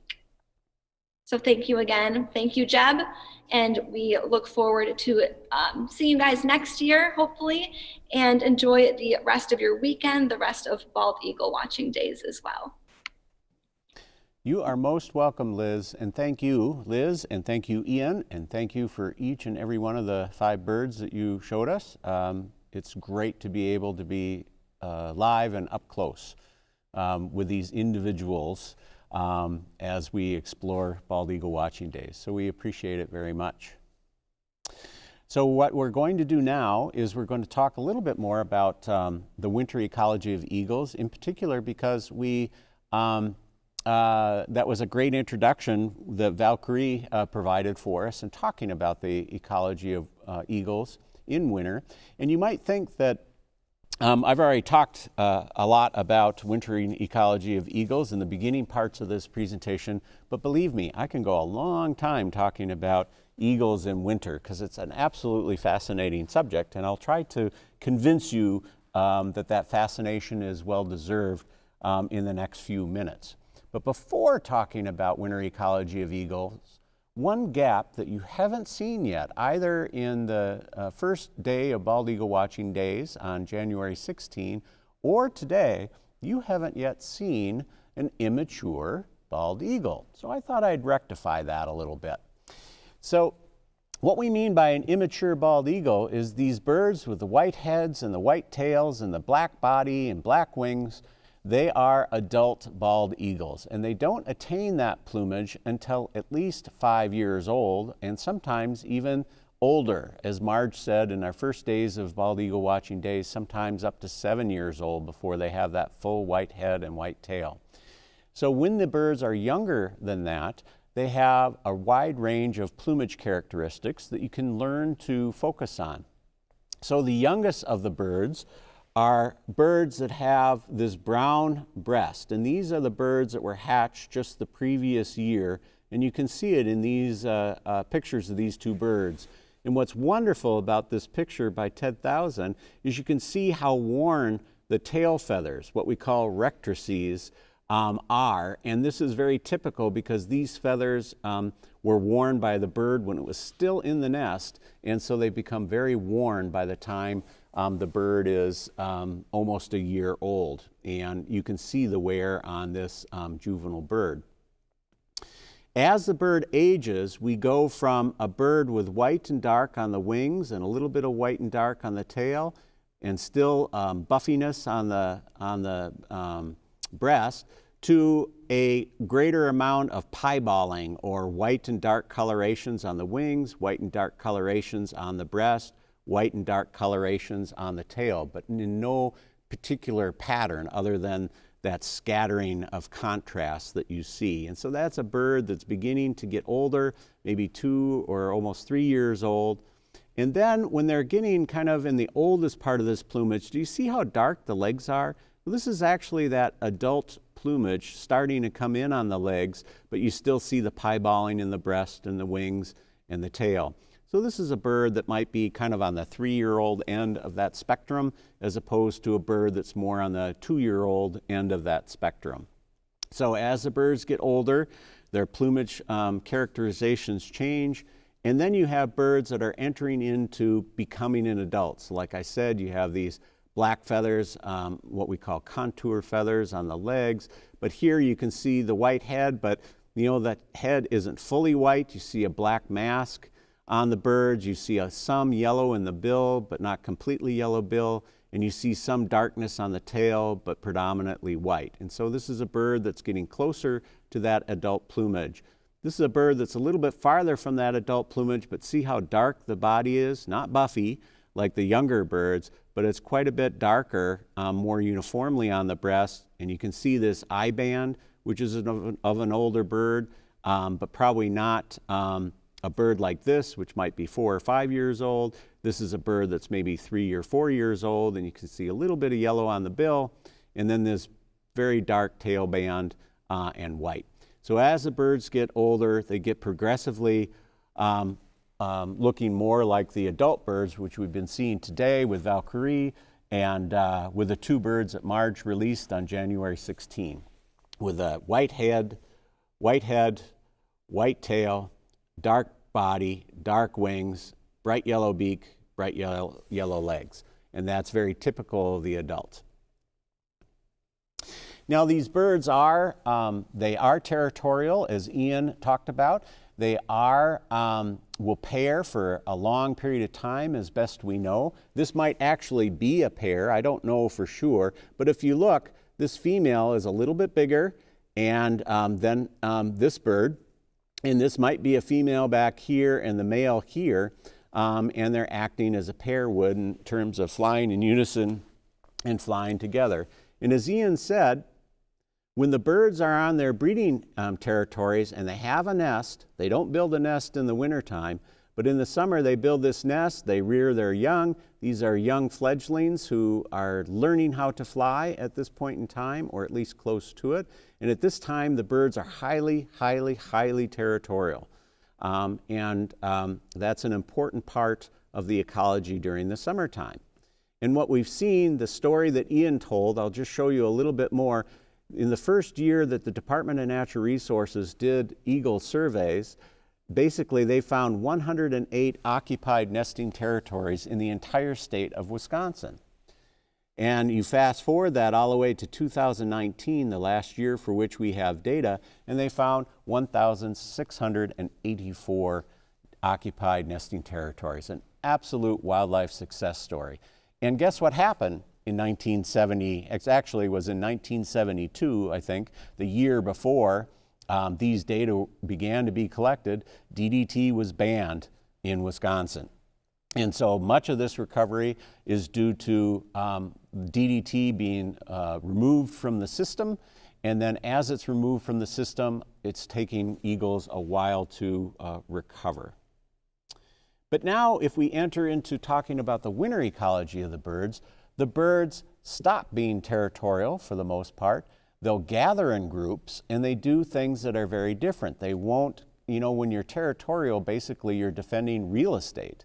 You're defending a specific area and you're keeping other birds from that specific area. And likely the area has some sorts of resources that you need to survive, but more importantly, to reproduce. So food for your young that you can give to the young as they're growing, and that sort of thing are some of the things that make up a good territory. Perhaps also good nesting habitat and other things like that can be important too. But in wintertime, birds will tend to congregate in larger flocks, and that's an important distinction from summer to winter. When you look at the population, you see another distinction. These are the number of eagles that we've counted in the Lower Wisconsin River Valley winter area of bald eagles from the winter of 1989 to 1990 all the way up until the current winter that we're in. So if you look at the total number of birds in those, we've had a high of 434 birds in our area, and we've had a low of 52. And we've had a lot of variation that's in between. So if you look at the total number of eagles that are wintering in just along the Lower Wisconsin River over the last 30 years and compare that to about 40 years of population growth of birds in Wisconsin, you see a very different pattern. And it's this different pattern that I find particularly fascinating. It certainly means that if all the birds that are being raised in Wisconsin wintered in the Lower Wisconsin, we would expect to see a similar pattern of change, and we're not seeing that.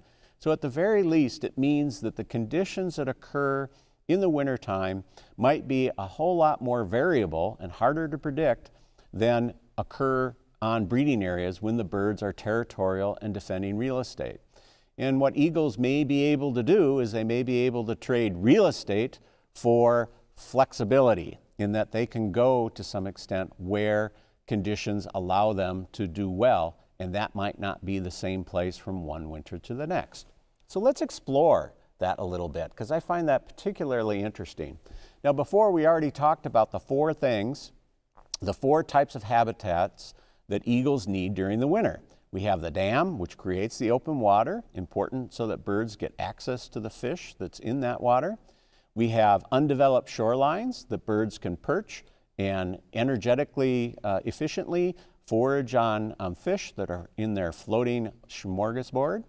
We have bluffs located near the river where birds can gather in groups and sleep at night. We call them roosts, and they're not building nests, they're just roosts where they might have 5 or 6 birds on a single branch. And then we have agricultural fields where birds can find carrion. Those four things are important to have all close to the river.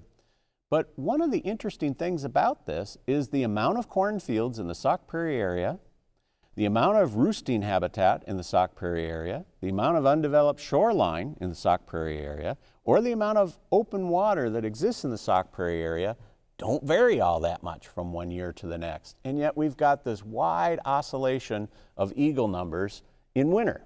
Why would that be? If the habitat characteristics are somewhat constant, why do we have that variability in eagle numbers? And the simplest answer is that eagles are mobile. They take that 6 to 7 foot wingspan that both Marge and Ian talked about in presentations a week ago and today. They take that big wingspan and they are mobile. They can move, and we'll see several examples of that today. And what we wanted to do is, if we were going to understand such a mobile bird, we had to follow them. We had to follow individuals and see what those individuals were doing. And we did that using a technique called radio telemetry. We would put a radio on a bird that would allow us to locate that bird whenever we needed to, and then we could follow where that bird went from point A to point B. Now, of course, if you're going to do that, there's one minor detail. You have to capture the birds. You can't just kind of throw the radio up and the eagles will take it and everything's just fine. So the first part of this story is the actual part of capturing, so that we could then turn to observation of these eagles. And so I worked with a graduate student at the University of Wisconsin-Madison named Kristen Hall, and we did a winter study of eagles in the Sauk Prairie area, or wintering along the Lower Wisconsin River. And this is what we found. Now, first of all, to capture eagles, you got to know what you're doing. And so our first attempt was to capture garbage cans. And I want to tell you that no garbage cans were harmed in the process of this study. So we were able to successfully capture garbage cans with no harm to it. And so with that, we figured that we had enough training that we could use recoilless rocket charges and capture eagles with them. Now, of course, eagles aren't going to let you get very close, so you have to construct blinds and you have to use something that will attract eagles. And in the river, you would maybe try to use fish, but we chose to use agricultural fields, and the foods that they're looking for there are carrion, mostly dead deer. And so we used roadkill deer, not hunter-shot deer because of the problems with lead poisoning, but we did use roadkill deer, and we would put them out into the fields and try to attract eagles. And this is an eagle who's starting to think that perhaps the food that we're putting out for it might be something worth considering. Once the eagles are attracted to our food, we can fire the net when the eagles are safely positioned so that the net movement wouldn't harm the birds. And our ultimate goal is to have the net over the bird and an eagle able to be captured. This eagle is probably not happy with the circumstance it finds itself in, but we did everything possible to keep the eagle safe, and we worked with our local veterinarian, the late Dr. Joe Kelly, and we still appreciate all the work that he did to help us process these eagles in a way that was safe and of no harm to the eagles. And what eventually we did is we would put a radio transmitter on the back of the bird using a harness system that is designed to fall off after after the radio has died, and then we release the bird. And that's the goal, is to capture them, get the radios on, and get the birds released as quickly as possible. And this is what we found. If we follow these birds, we learned a great deal in our area. And the way radio telemetry works, it's actually a pretty simple system. The radio goes beep. That's it. It goes beep, beep, beep, beep all the time. But it's a directional signal. And so how you work with that is that if you're standing at this crossroads between this road and, in this case, Highway 14 near Lone Rock, and you're standing here with the antenna, you can get a beep going in this direction. And so you draw that on a map. And this is a beep with a frequency of 0.665. It was 143.665. And then if you move to this crossroads and you get the beep, you can chart that azimuth, and you'll get something like this. And you drive along to here and you get another azimuth, and you have a line crossing like this. And that means that the eagle is located somewhere within this triangle. which is why it's called triangulation. And you assume that the bird is located pretty much in the middle of that triangle. And so from this location, we are tracking two birds, 463 and 665, and we calculated that one bird was perched here on Long Island, and the other bird was perched probably right on the shore of the Wisconsin River in this area, both birds near Lone Rock, Wisconsin. And that's how radio telemetry works, is it just allows you to identify where the birds are. Our results are that we had birds. Let me give you an orientation. This is the Sauk Prairie area here, Baraboo up here, Portage here, Wisconsin Dells here, and Lake Delton here. And so our study area went up towards the Wisconsin Dells and Portage and all the way past Lone Rock. Lone Rock is, I think it's hidden right about in here, and this being Spring Green in this area. And so all these white dots are eagle locations. And we had a few birds in the upper Wisconsin River above the Prairie du Sac Dam. This is the backwater held back by the Prairie du Sac Dam. And a few birds just west of Baraboo. But most of our birds were in this lower Wisconsin River Valley, right in this area. And we had birds that were concentrated along the river, and we had birds in the agricultural areas off river. But no birds really outside of that area. For habitat use, about a third of the time they were in agriculture. A third of the time they were in forested areas, which was predominantly when they were roosting. And about a third of the time they were in the riverine areas. And so that's about what we were talking about in terms of the habitats that eagles need during the wintertime. But here's where that dynamic nature comes in.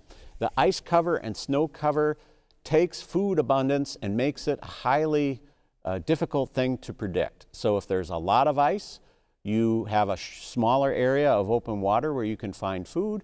Or if you get a lot of snow, that may cover up carrion that's located in those upland areas. And so the dam becomes important, not necessarily all winter long, but it becomes important when the ice occurs downriver and birds basically face a choice. They either move out of the area and fly maybe a couple hundred miles to the south to find open water again, or they shift within their winter area from the downriver areas to the upriver areas closer to the dam. And they can do either. We learn more about the longer shift of where do the birds, when they're in the Sauk Prairie area, go if they leave our area altogether, and this is what we found. So here, this is the Sauk Prairie area where all of our birds were captured, and they're all wild birds. When we had very cold weather, the birds moved downstream on the Wisconsin River or much further down on the Mississippi River near Iowa and in Illinois. In warmer periods, the birds might shift further north, and they went further north in the Stevens Point area, on the Black River, and on the Chippewa River. And so birds were shifting to the south in cold periods, to the north in warm periods, just as much as they were shifting back and forth along the stretch of the lower Wisconsin River, depending upon what the food conditions were really teaching them. But another thing that I find quite fascinating is a complementary study has been occurring in the main Mississippi River Valley that Brett Mandernack has been working on, and we have the great fortune of being able to compare what they're finding with the eagles that were captured on the Mississippi River with what our eagles did captured in the Sauk Prairie area.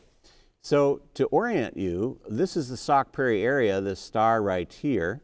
And the area where the eagles were captured on the Mississippi River by Brett, using the similar techniques that I described to you for the Sauk Prairie area, come from this area.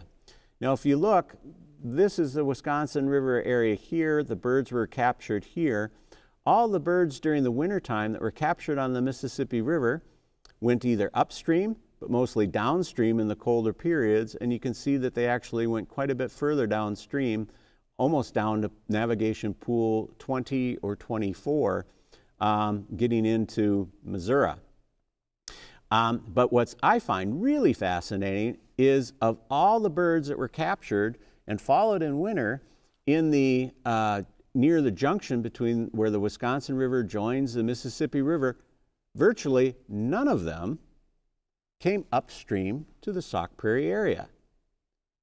So the birds that were captured in winter on the Mississippi River were using the Mississippi River, but very few came up this way. But in contrast, most of the birds that were in the Sauk Prairie area, they were birds that would breed in Wisconsin, in the Upper Peninsula of Michigan, in northeastern Minnesota, and a few in Ontario. And the Ontario birds were in this region, coming through Michigan probably down to the Sauk Prairie area.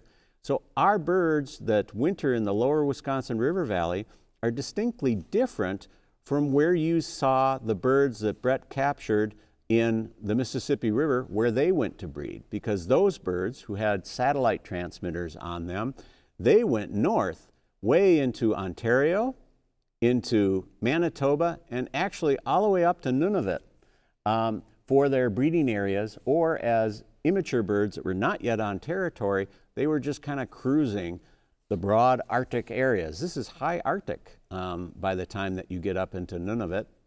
And so the birds that are wintering on the on the Mississippi River tend to be much more northerly oriented birds or local birds just to the Wisconsin area, but not so much our Wisconsin, Michigan, and Minnesota birds, which tend to be in the Lower Wisconsin. But those birds in the Lower Wisconsin will join birds in the Mississippi River, so that's why we see these dots that will come further out from our capture areas. And so there's a subtle segregation of birds, breeding versus winter. So the high mobility of these birds ecologically is really important to the winter ecology of these birds. And it also helps us understand conservation needs for these birds in the Sauk Prairie area. So if we come back to here where we were seeing all the birds using these undeveloped shorelines that are important, but the nighttime roosts that are located close to the river also being important, we have an understanding of the kinds of habitat needs that the birds have, so that when development is occurring, we can answer the question, will this harm eagles? We use these radio telemetry data then to guide or to try to give people an idea of what kinds of development might harm eagles versus what won't. And sometimes it's not an all or nothing sort of situation. So in this example, this is Prairie to Sauk, Wisconsin, so this is right across the river from us, and there was a parcel that became available for purchase. And this is the property boundaries of that parcel, and as you can see, part of the parcel was in the critical area along the shoreline that should be undeveloped to protect eagles, and part of the parcel occurred in the critical roosting area of the eagles, and part of the parcel existed in an area between those two. And so what we did is we worked with the developer,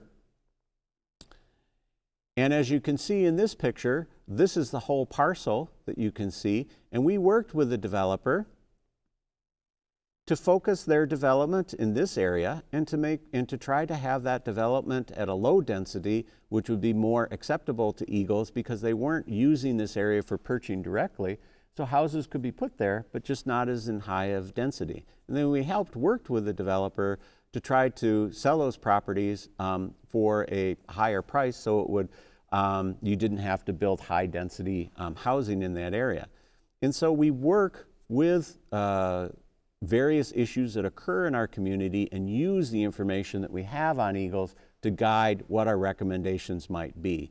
And people within the community don't always agree with us, but they are aware that we have these data and they are willing to work with us. And that conversation is absolutely critical for conservation to be done on the ground in our homes. This is our community, and if we're going to solve these problems, we need to be engaged in it. So these birds inspire us, but that inspiration is not enough unless we can use that inspiration to make tangible decisions on the ground, to consciously decide that we want our homes to be homes of eagles at the same time. And to me, that's the fundamental question for eagle ecology in our area. So with that, I'm going to switch to introducing our next presentation, and I'm very happy to be able to provide you with that. And what we have is the LaCour family is going to tell you a story about eagles, the Civil War, and Wisconsin all together. And what I find really interesting in this is that this is as much a story from the heart as it is a story of factual rendition of eagle ecology. And I'm trained as a scientist, and so sometimes I have a hard time understanding the importance of messages from the heart as much as messages from the head, so to speak. And this story always helps me to kind of recalculate and understand the importance of finding a balance between speaking from the heart and speaking from the head. And with the LeCour family, it's particularly interesting to me. LeCour is a French derivation, and if the name isn't changed, LeCour is French for the lesson. But of course, our European ancestors, when they came over, have had their names changed for a variety of reasons. And I don't know what the original name for the LeCour family is, but it might be LeCour, the lesson, but it also might be LeCoeur. And LeCoeur, just adding an E between the O and the U, makes LeCour into the heart. But it might not be that. It could be Le Coureur. And le coureur is the runner. But the coureur du bois, des bois, is the runner of the woods, which typically was referring to the voyageurs, a group of people that were important in our early European history of Wisconsin. And the voyageurs were the carriers of the pelts. So they weren't necessarily the runners of the woods, they were the carriers of the woods. So the LeCour family, in presenting this story to us, are basically carrying a lesson from the heart to us. So let's hear that.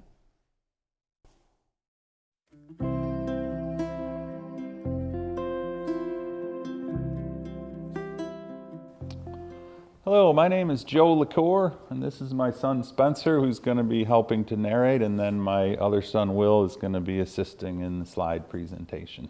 We would like to read a story about an eagle and how it was part of our family history. It's a Civil War story that my great-grandmother had told my father, and it dates back to 1861. For a while, my dad had lived with his grandparents in a log cabin his grandfather built in the woods near Eagle Point. That's up north near Chippewa Falls, Wisconsin. The cabin had 2 rooms, the kitchen where they did almost everything, and the bedroom where they slept. During cold, stormy days after supper, my great-grandmother told many family stories. She told stories of her parents, and she also talked about her grandparents. And they are my great-great-great-grandparents, Daniel and Margaret McCann. They had 16 children, and were lucky their son Henry wrote a Civil War story for the Herald Telegram, a Chippewa Falls newspaper. From what my great-grandmother told my dad and what Henry wrote, this is how the special story goes. A band of Chippewa Native Americans led by Chief Sky came down the Chippewa River from Lac du Flambeau. Their canoes were loaded with maple sugar they made to trade for supplies, and they did this every spring. And this was the spring of 1861. They came to Dan McCann's cabin near Jim Falls. Chief Sky told Dan's wife, Margaret, that they were hungry. And the family knew my grandfather's great-great-great-grandmother was part Native American, and that's why the Native Americans always stopped by their cabin. While they ate, Chief Sky told Dan and Margaret when they camped one night at the mouth of the Jump River that they saw an adult eagle hovering near a tall pine tree. Chief Sky, a young man back then, shot the adult eagle and chopped down the tree with the nest and captured a pair of young eaglets, and one of them died during the fall. When they came down the river with their maple sugar, they tried to sell the eaglet, but nobody wanted to buy it. Chief Sky wanted to trade the maple sugar for corn, but the McGanns already had their own maple sugar, so they already had enough. Seeing that they had half a sack of corn left from their spring planting, Chief Sky offered to trade the young eaglet for the corn. Henry wrote when Henry's mother looked at the young eaglet in the canoe on the river, she thought it was a crow. The McCann family did not want crows on their farm because crows eat corn. She thought she was looking at crows until the Native Americans brought the other dead eagle for her to see. This convinced her that the birds were not crows, So they traded their half sack of corn for the young eaglet. The young eaglet became a pet for the summer, and one summer was enough. That eagle had a lot of work. An eagle gains about a pound every 4 to 5 days, so that's about 1 pound of food per day. It was almost always hungry. Henry wrote they clipped the eagle's wings to keep it close to their cabin, but because the eagle grew big and strong really fast, they stopped clipping its wings and put a blue ribbon around its neck. One day the eagle broke the line and flew to the river, and Henry said they all watched as the eagle soared, dove, and snapped up fish. When the eagle caught a fish bigger than him, Henry thought the bird's time has come. Somehow he managed to escape death. He was still a young bird, and Henry wrote that his eagle instincts saved him. Another day, the eagle flew north toward Burnett Falls and was gone for 4 days before it came back. And people knew it was the McCann eagle because of the blue neck ribbon.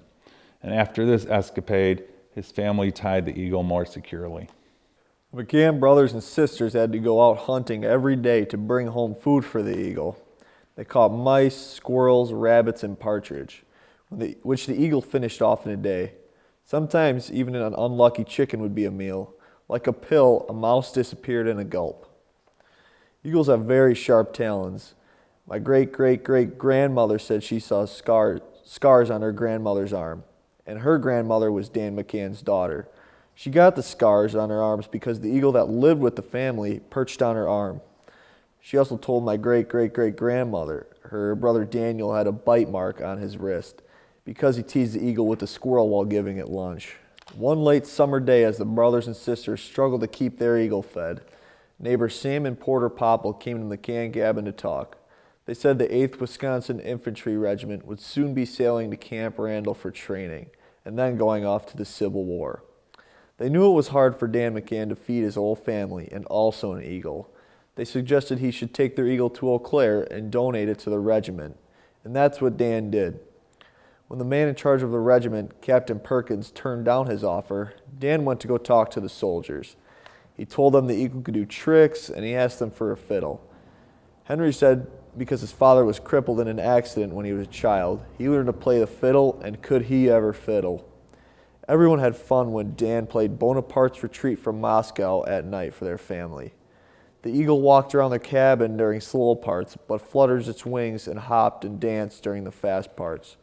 Henry said it almost looked like the eagle knew that the music was about Napoleon going to Moscow to take over Russia and getting beat.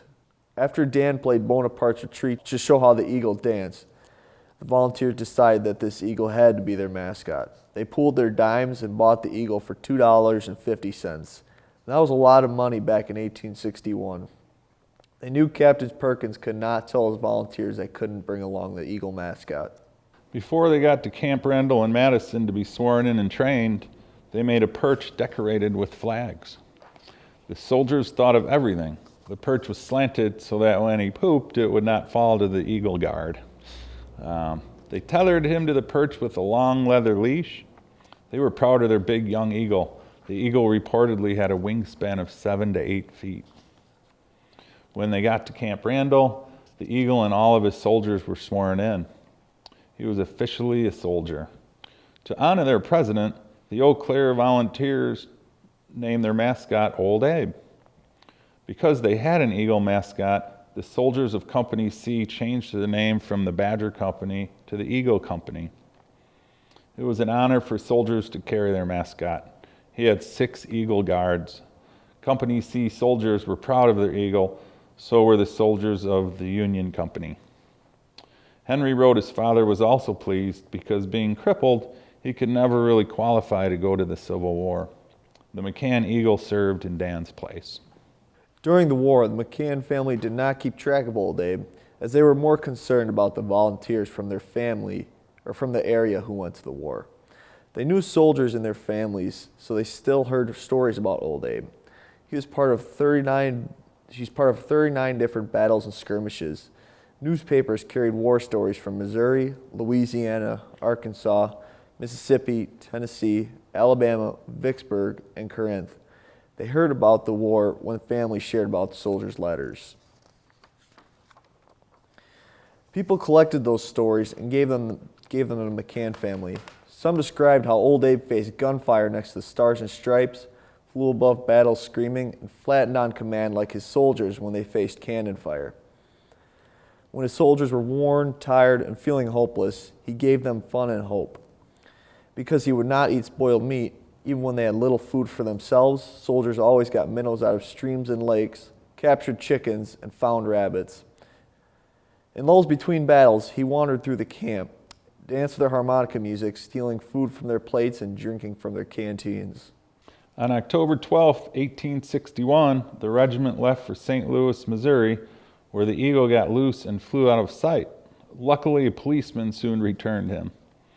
On the following day, the regiment left to Frederickstown, Missouri, and October 20th, the 8th Wisconsin took part in the Battle of Frederickstown.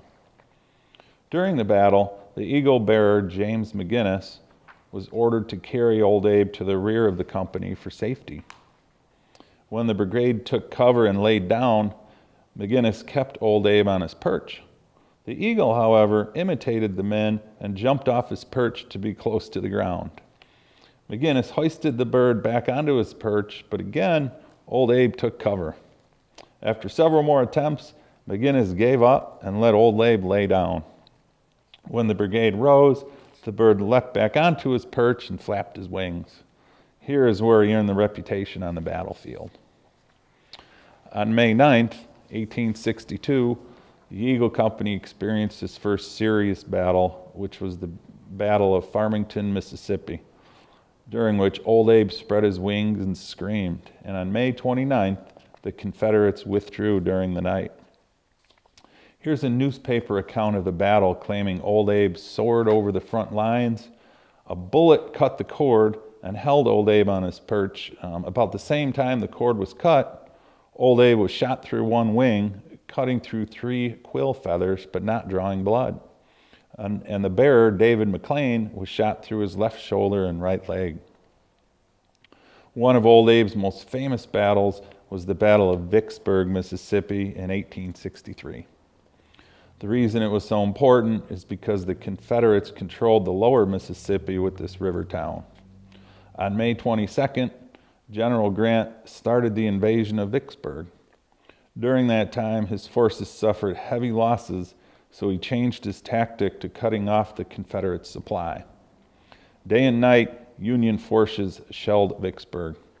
During this putsch, the 8th Wisconsin Infantry with Old Abe was in the thick of the fighting. And during the march, a girl yelled out, "Look at that old Yankee buzzard," which enraged the men. And then finally on July 4th, the Confederates surrendered. Even though Confederate officers offered rewards to rebel soldiers for that Yankee buzzard, dead or alive, all 6 soldiers who carried him home came home. He lost a few feathers, but when the 8th Wisconsin marched in review, he spread his wings wide. Union generals saluted him, and Confederate generals offered big rewards for his capture rather than for a whole regiment of Union soldiers. In September 1864, Old Abe was mustered out with his soldiers and came back to Wisconsin, where he lived in the Eagles Department, a room in the state capitol in Madison. It was a privilege and honor for Civil War vets to volunteer to guard and care for him every day. People came from all over the world to visit the War Eagle. When he was on tour, veterans were his escorts. He was even at the World's Fair in Philadelphia. One of the soldiers in the Battle of Vicksburg was H.H. Bennett. He became a photographer, and besides taking pictures of the Dells and loggers rafting on the Wisconsin River, he took many photos of Old Abe. His picture of Old Abe on a cannon is the most popular. One artist made a bronze statue of Old Abe for the Camp Randall Arch. He was invited to join P.T. Barnum's circus for $20,000, but the state of Wisconsin kept Old Abe comfortable at the state capitol. In the winter of 1881, on a cold night, some paint and oil stored in the basement caught fire and created a dense smoke. Old Abe's screams brought help, and the bird was released from his cage. His lungs were damaged by the smoke and gas flames. Old Abe never really fully recovered and grew weaker and weaker until he died on March 21st in 1881 in the arms of his keeper, George Gillis. And he was 20 years old, which is a really long life for an eagle. Old Abe was surrounded by old friends and wounded veterans. The soldiers wanted Old Abe buried in the soldiers' plot in Forest Hill Cemetery in Madison, where hundreds of Union and Confederate dead are buried. But the eagle's display value was considered too important by state authorities, and he was stuffed and mounted and displayed in the Capitol building. A few years later, in 1904, his body was destroyed in a second fire in the Capitol building. A brave soldier gone, but not forgotten. In August 1942, the 101st Airborne Division adopted Old Abe as its mascot, and since World War II, the soldiers were nicknamed the Screaming Eagles and are recognized for their dedication, courage, and valor. Today you can go to the Wisconsin Veterans Museum on the square in Madison and see a replica of Old Abe. So there's lots of books in the Civil War, and some of them include Old Abe, but my great-great-grandma's stories will always be my favorite. So after 150 years, a controversial topic of Old Abe, the war eagle, was whether it was actually a male or a female. And recently that was laid to rest by UW-Madison's molecular archaeology group. So due to his large size, Old Abe's taxidermist said he was probably a female. So back then, this set off many angry feelings, especially by the Civil War veterans. So you can imagine the arguments that ensued whether he was a male or a female. But according to a July 2016 article in the Wisconsin State Journal, it reported on the successful DNA test results. Samples from 4 of Old Abe's feathers were used to conduct the genetic testing, and the feathers had been stored at the Wisconsin Veteran Museum in Madison. So after 3 months of testing, results from all 4 feathers concluded that the bird was in fact a male. So the age-old question was answered. Old Abe was definitely a male. So we hope you enjoyed our family story, and it's a pretty neat piece of history of Wisconsin, and we appreciate you listening.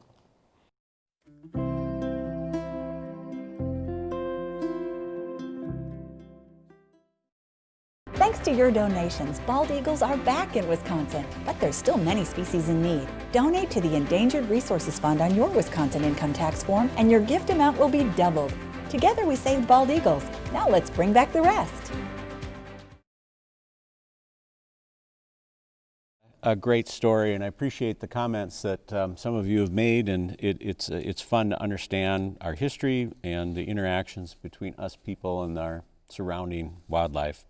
And really, in a similar way, that theme continues. Our final presentation today focuses on Uncle Bootsy. And Uncle Bootsy is a turkey vulture, and you've already had turkey vultures introduced to you by the fine show from Schlitz Audubon. And turkey vultures were rare in Wisconsin in the mid-1900s, and they have had a tremendously successful recovery, as have bald eagles. And as a fellow raptor, we thought it is useful to spend a little bit more time learning about turkey vultures. And Uncle Bootsy and Uncle Bootsy's colleagues, Lisa Hartman and Mike Mossman, are 2 excellent local ornithologists, conservationists, and fortunately for me, friends. And we'll hear the story and learn more about turkey vultures from Mike and Lisa. Hello everybody, my name is Lisa Hartman. This is my husband Mike Mossman, and this is our turkey vulture, Uncle Bootsy. And we're here today to talk to you about the natural history of turkey vultures in Wisconsin and how they fit in with the bald eagles that occur on the landscape also here in Wisconsin. So I first met Mike in the early 80s, and he was studying turkey vultures in the Baraboo Hills here, and had a whole research program going with finding birds at their nests, both adults and young ones, and then capturing them and putting these wing tags on them. Right here. It's a vinyl tag that fits over the patagium of the wing, like right about here. And then we were able to monitor turkey vultures' movements and learn a lot about their nestings, their fidelity with nests, their how they raise their young, just by watching individual birds that we knew nested in the Baraboo Hills. From that research, we learned a lot about how turkey vultures, how long they live, when they first start to nest. We were interested in things like, do they keep using the same nest sites over and over again? What do they need? What do turkey vultures really need to thrive?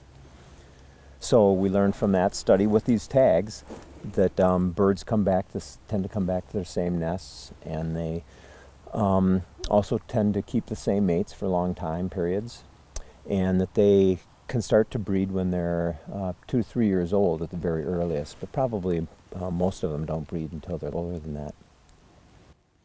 And we learned about their migration. We learned that our vultures in Wisconsin fly all the way down to South America for the winter. There are turkey vultures in the United States that fly to the southeastern states.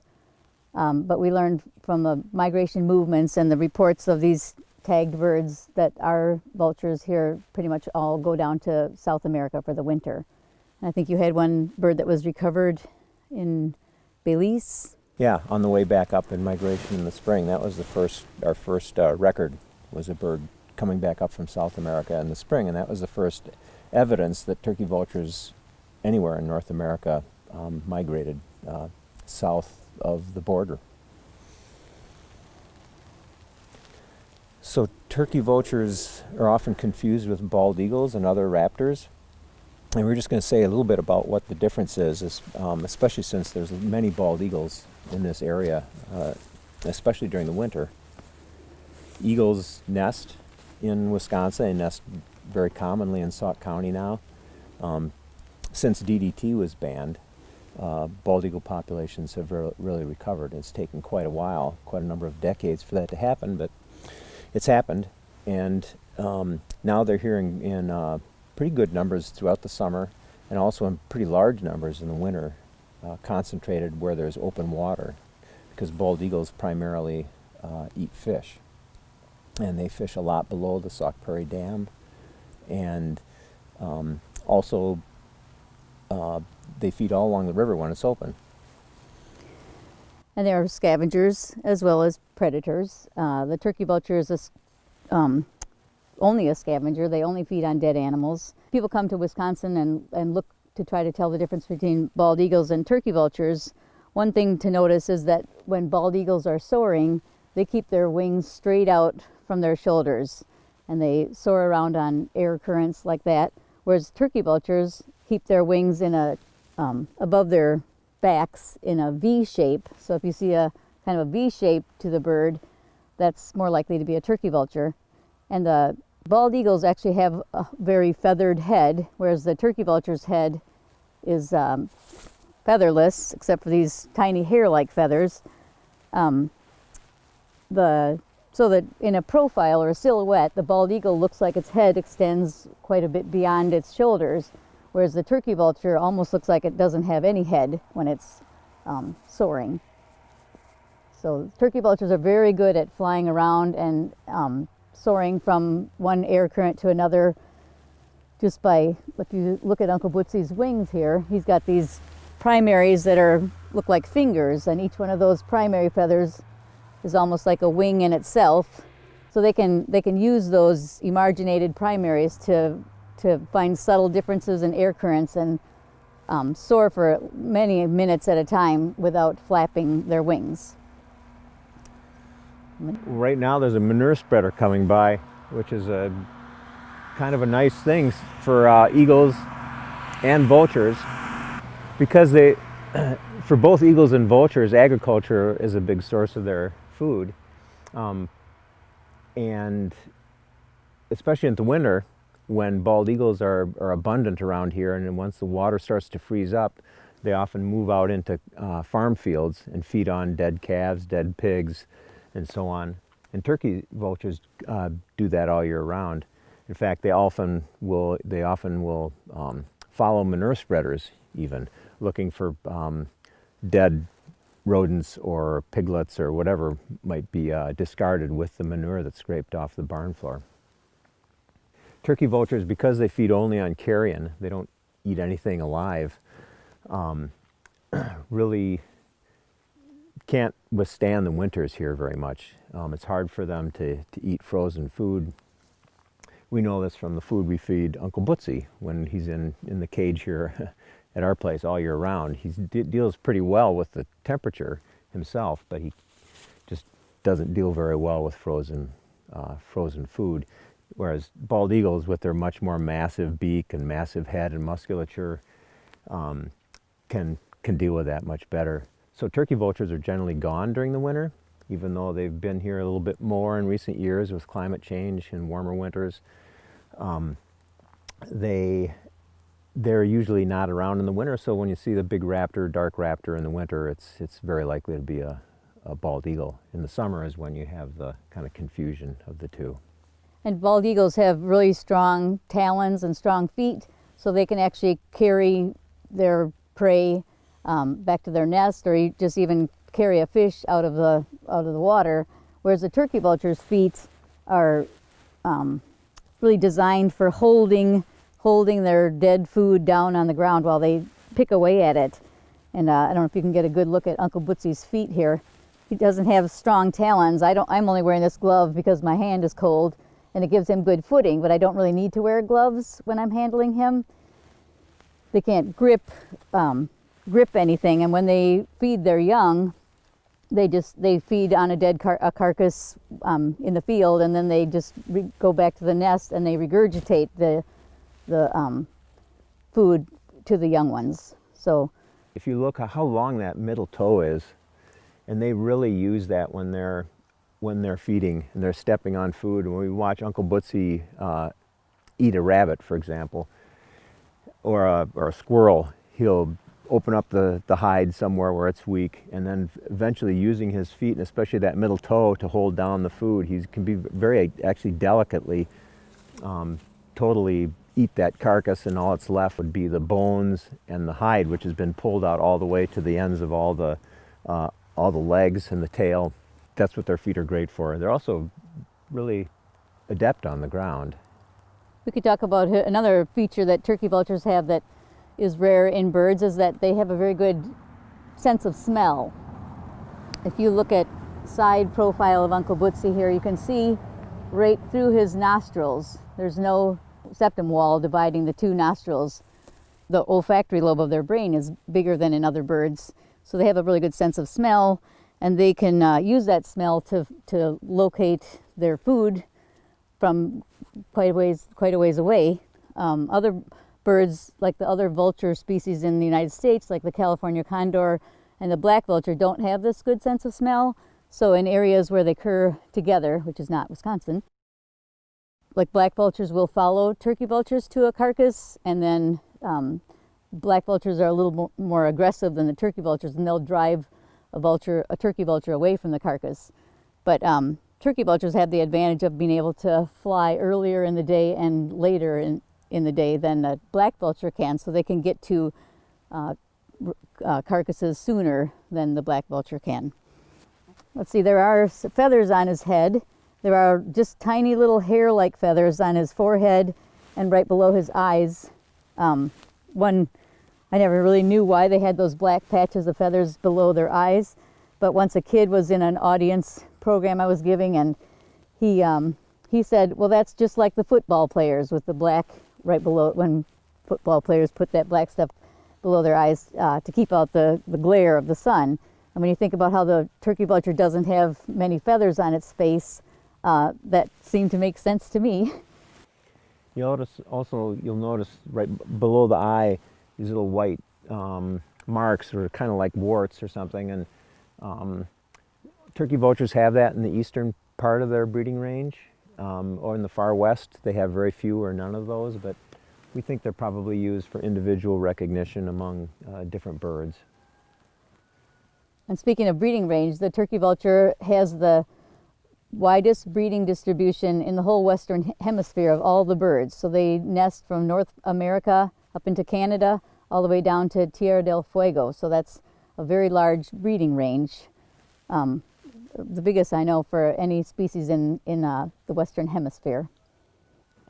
One reason they can live in such a wide geographic range and in such a variety of habitats even within that, everything from urban settings to totally agricultural settings to deserts to rainforests to around here where we have mixtures of various habitats, is that they can regulate their temperature really well.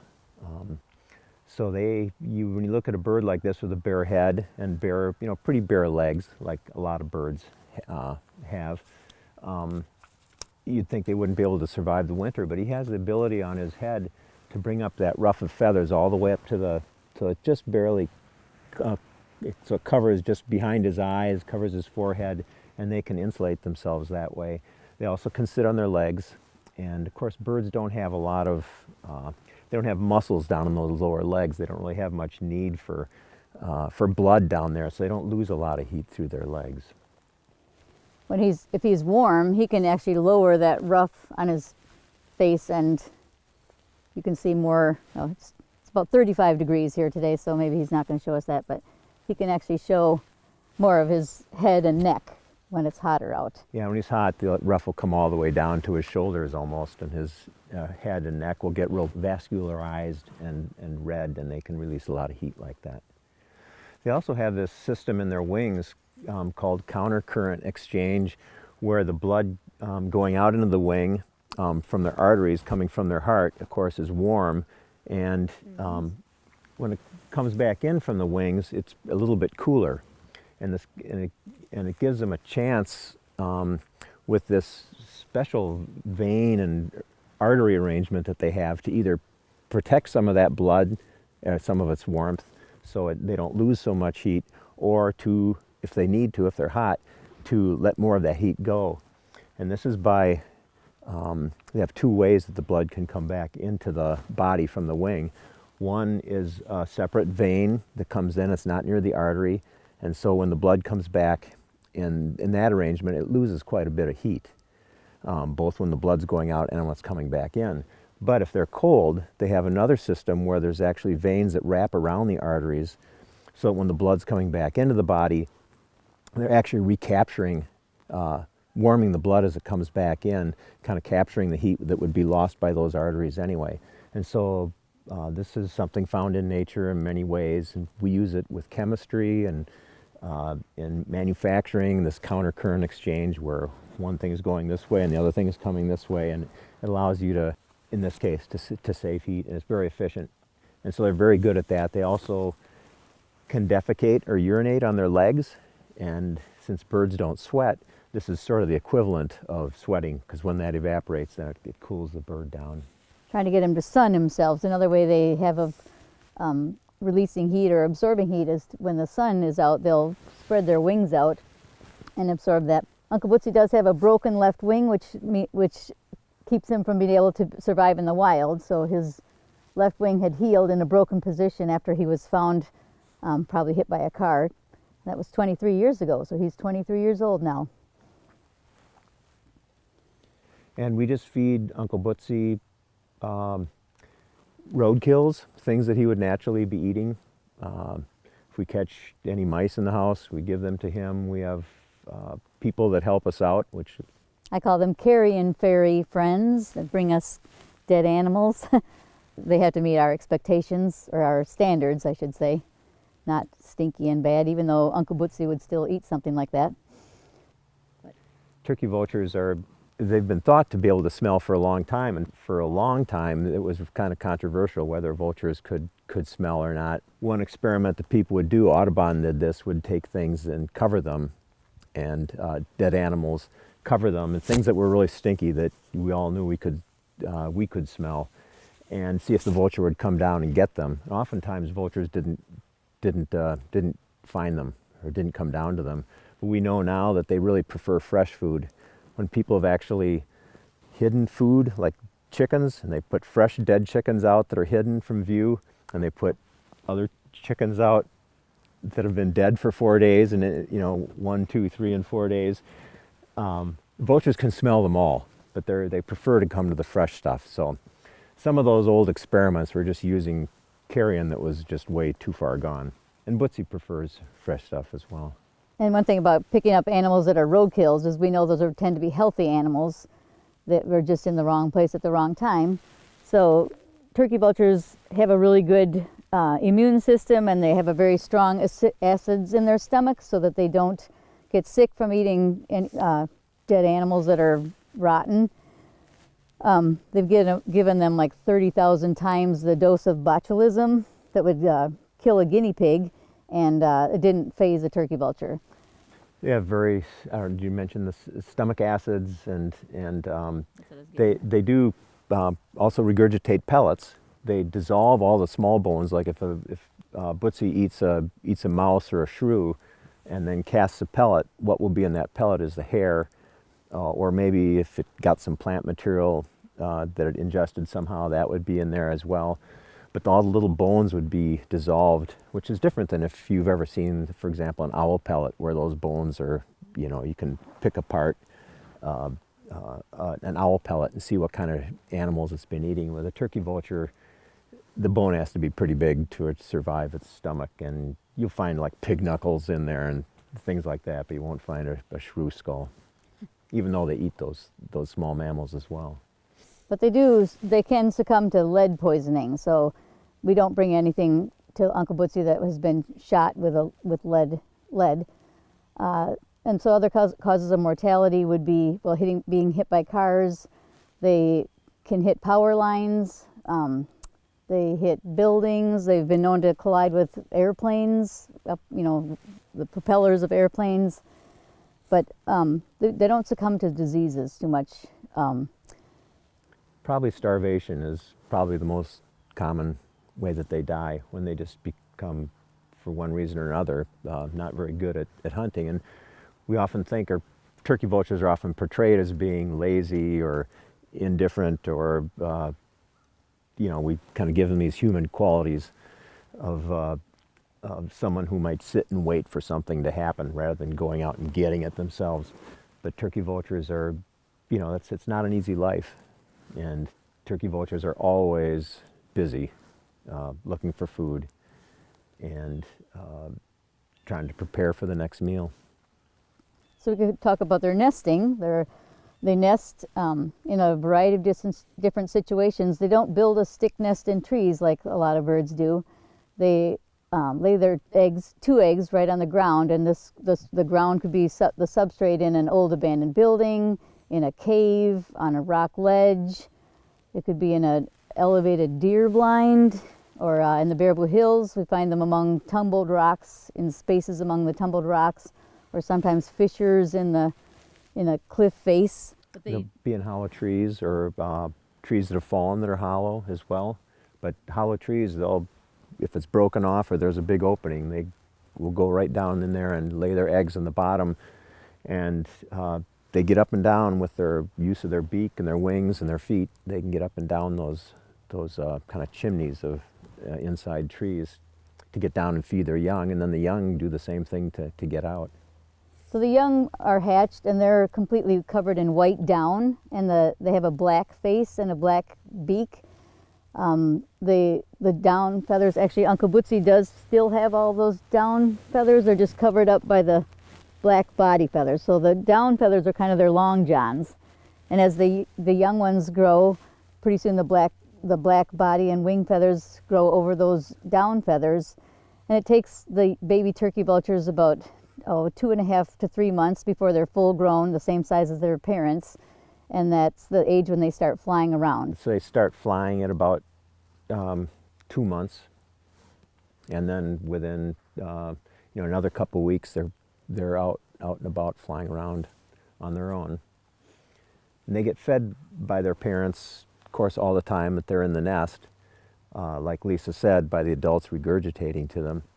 And then once they leave the nest, they may join with the parents, roost overnight with the parents, or be in these what we call communal roosts, because vultures, even though they nest in, very far apart from each other, at night they have safeties in numbers and come together and roost in large congregations sometimes. And the young birds will join those congregations late summer, early fall. And then when migration starts in September and October, November, young birds are pretty independent, and they don't actually stay dependent on their parents for more than probably a couple weeks after they fly. And that's probably one reason why vultures, their mortality and the injured vultures that come to rehab centers and so on is the numbers are highest among young birds in the fall, because they're kind of on their own and they're inexperienced, and they have to make that long migration. And we don't have the impression that the families stay together and migrate together down to South America, because when we'd be watching the roosts in the fall and looking for those tagged birds, sometimes we wouldn't see the parents for till the next spring, but the young would stay around here a little bit longer, so it didn't really seem like they migrate together as a family. The behavior of the adults and the young on the nest are really different. Mm-hmm. The adults play dead. They're very good at playing dead. They usually are in the nest with when they're incubating so they incubate for about a month, like in a cave or someplace. And they usually are facing away from the opening, so you can't even see the white beak tip. It's just a dark bird.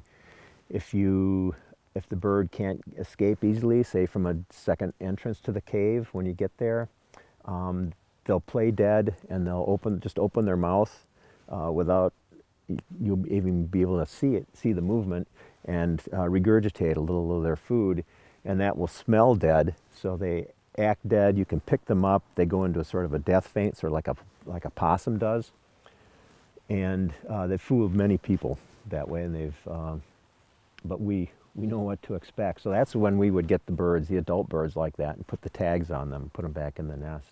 They even play dead while you're opening the wing out, taking measurements, using a leather punch to punch a hole in that skin right about here in the wing. And the adults, they hardly even flinch when we put that tag on, and then we put them back in the nest. They'll just go right back and start incubating. But then the young ones, on the other hand. Yeah, young ones behave much more aggressively. They're easy to see. They have white down, and they have these behaviors to sort of trick you into thinking that they're something large and dangerous, when in fact they're not. They stomp their feet, which in a cave or on an old building, on floorboards or in a hollow tree or something, can be quite loud and actually sound like something much larger than the turkey vulture nestlings, which at that point might only weigh a pound. They do other stuff as well. They stamp their feet. Yeah, they puff themselves up to look really big. They make this hissing sound, which is about the only time you hear the turkey vultures make a sound, is when the young ones producing this, like a roaring kind of sound. It's in a cave. It amplifies that sound, and it sounds like, rushing water, or like something kind of intimidating, a rattlesnake, or a bear, or a raccoon, or something. You don't know. Yeah. If you've not heard it before, it's not something that would make you want to stick your head in that hole. And the reason they act these ways is that they're very independent. The parents aren't sticking around and defending the nest from any intruders. The parents are usually away from the nest looking for food, and they don't really. They just leave the area if we come in to do our project of catching the young ones and putting this tag on them. So it's quite fascinating how the total range of behaviors in this species, from when they're young to when they're adults. And the adults hardly ever make any sound. Even when they're coming into roost, you might hear one hissing a little bit as they come in and jockey for positions in the roost. So, but for most of the part, the adults are silent. Uncle Bootsy will make little hissing noises when he's kind of in a mood for mating. We actually do know that he's a male. We had a blood test done on him, but we kind of suspected that because he would try to mate with my arm when he was, like, I could come home and if his crop was full, he was showing me that he was a good provider, I guess. That's anthropomorphic, but that's probably true. Might be. He would strut when he has his crop full like that, and if I would go up to his pen, he would start sort of soliciting and sort of a courtship manner, and there's not a whole lot that people have seen about courtship in turkey vultures. So we've seen some matings of individuals in the wild, and it's very quick, and you know, there's not a courtship dance or anything like that that has been recorded at all. So it's kind of interesting to see how this bird, even though he's 23 years old, he's never had a mate, but he kind of courts me in the process. Right in front of me. Something sometimes that you'll see in this bird, and I don't know if we'll catch it during this this time we have together, but there's between the eyes, there's a little piece of skin that can get really white, and when he's anxious or aggressive, that'll get bright white, and it's he tends to do that when I get close to him, and also like when he's feeding. When I bring him food, you know, he'll walk up to the food, and by the time he starts eating, that band is bright white. So I take it as meaning stay away. But they can actually, like when Mike was talking about how the adults play dead when they're incubating, even the color will kind of fade out of their faces, so they have a kind of an ashen look to them. But that's all just controlled by their emotional regulation, I guess, right? This is one of my favorite pictures of my wife going in after a vulture nestling in the Baraboo Hills. So we will wrap it up here, and we just want to emphasize what an extraordinary bird the turkey vulture is. It's super clean. They are like any other kind of bird. They have to take immaculate care of their feathers in order to survive, and turkey vultures are no different in that way. Super important to have in our lives and our landscape, and we hope you've enjoyed meeting Uncle Bootsy, who is named after my uncle who loved birds. So thanks, everybody. Lisa, and thank you, Mike, and thank you, Uncle Bootsy. I know all of them, and they are all fine birds or people. We thank you for your participation in Eagle Days events today. This wraps up our programming for today.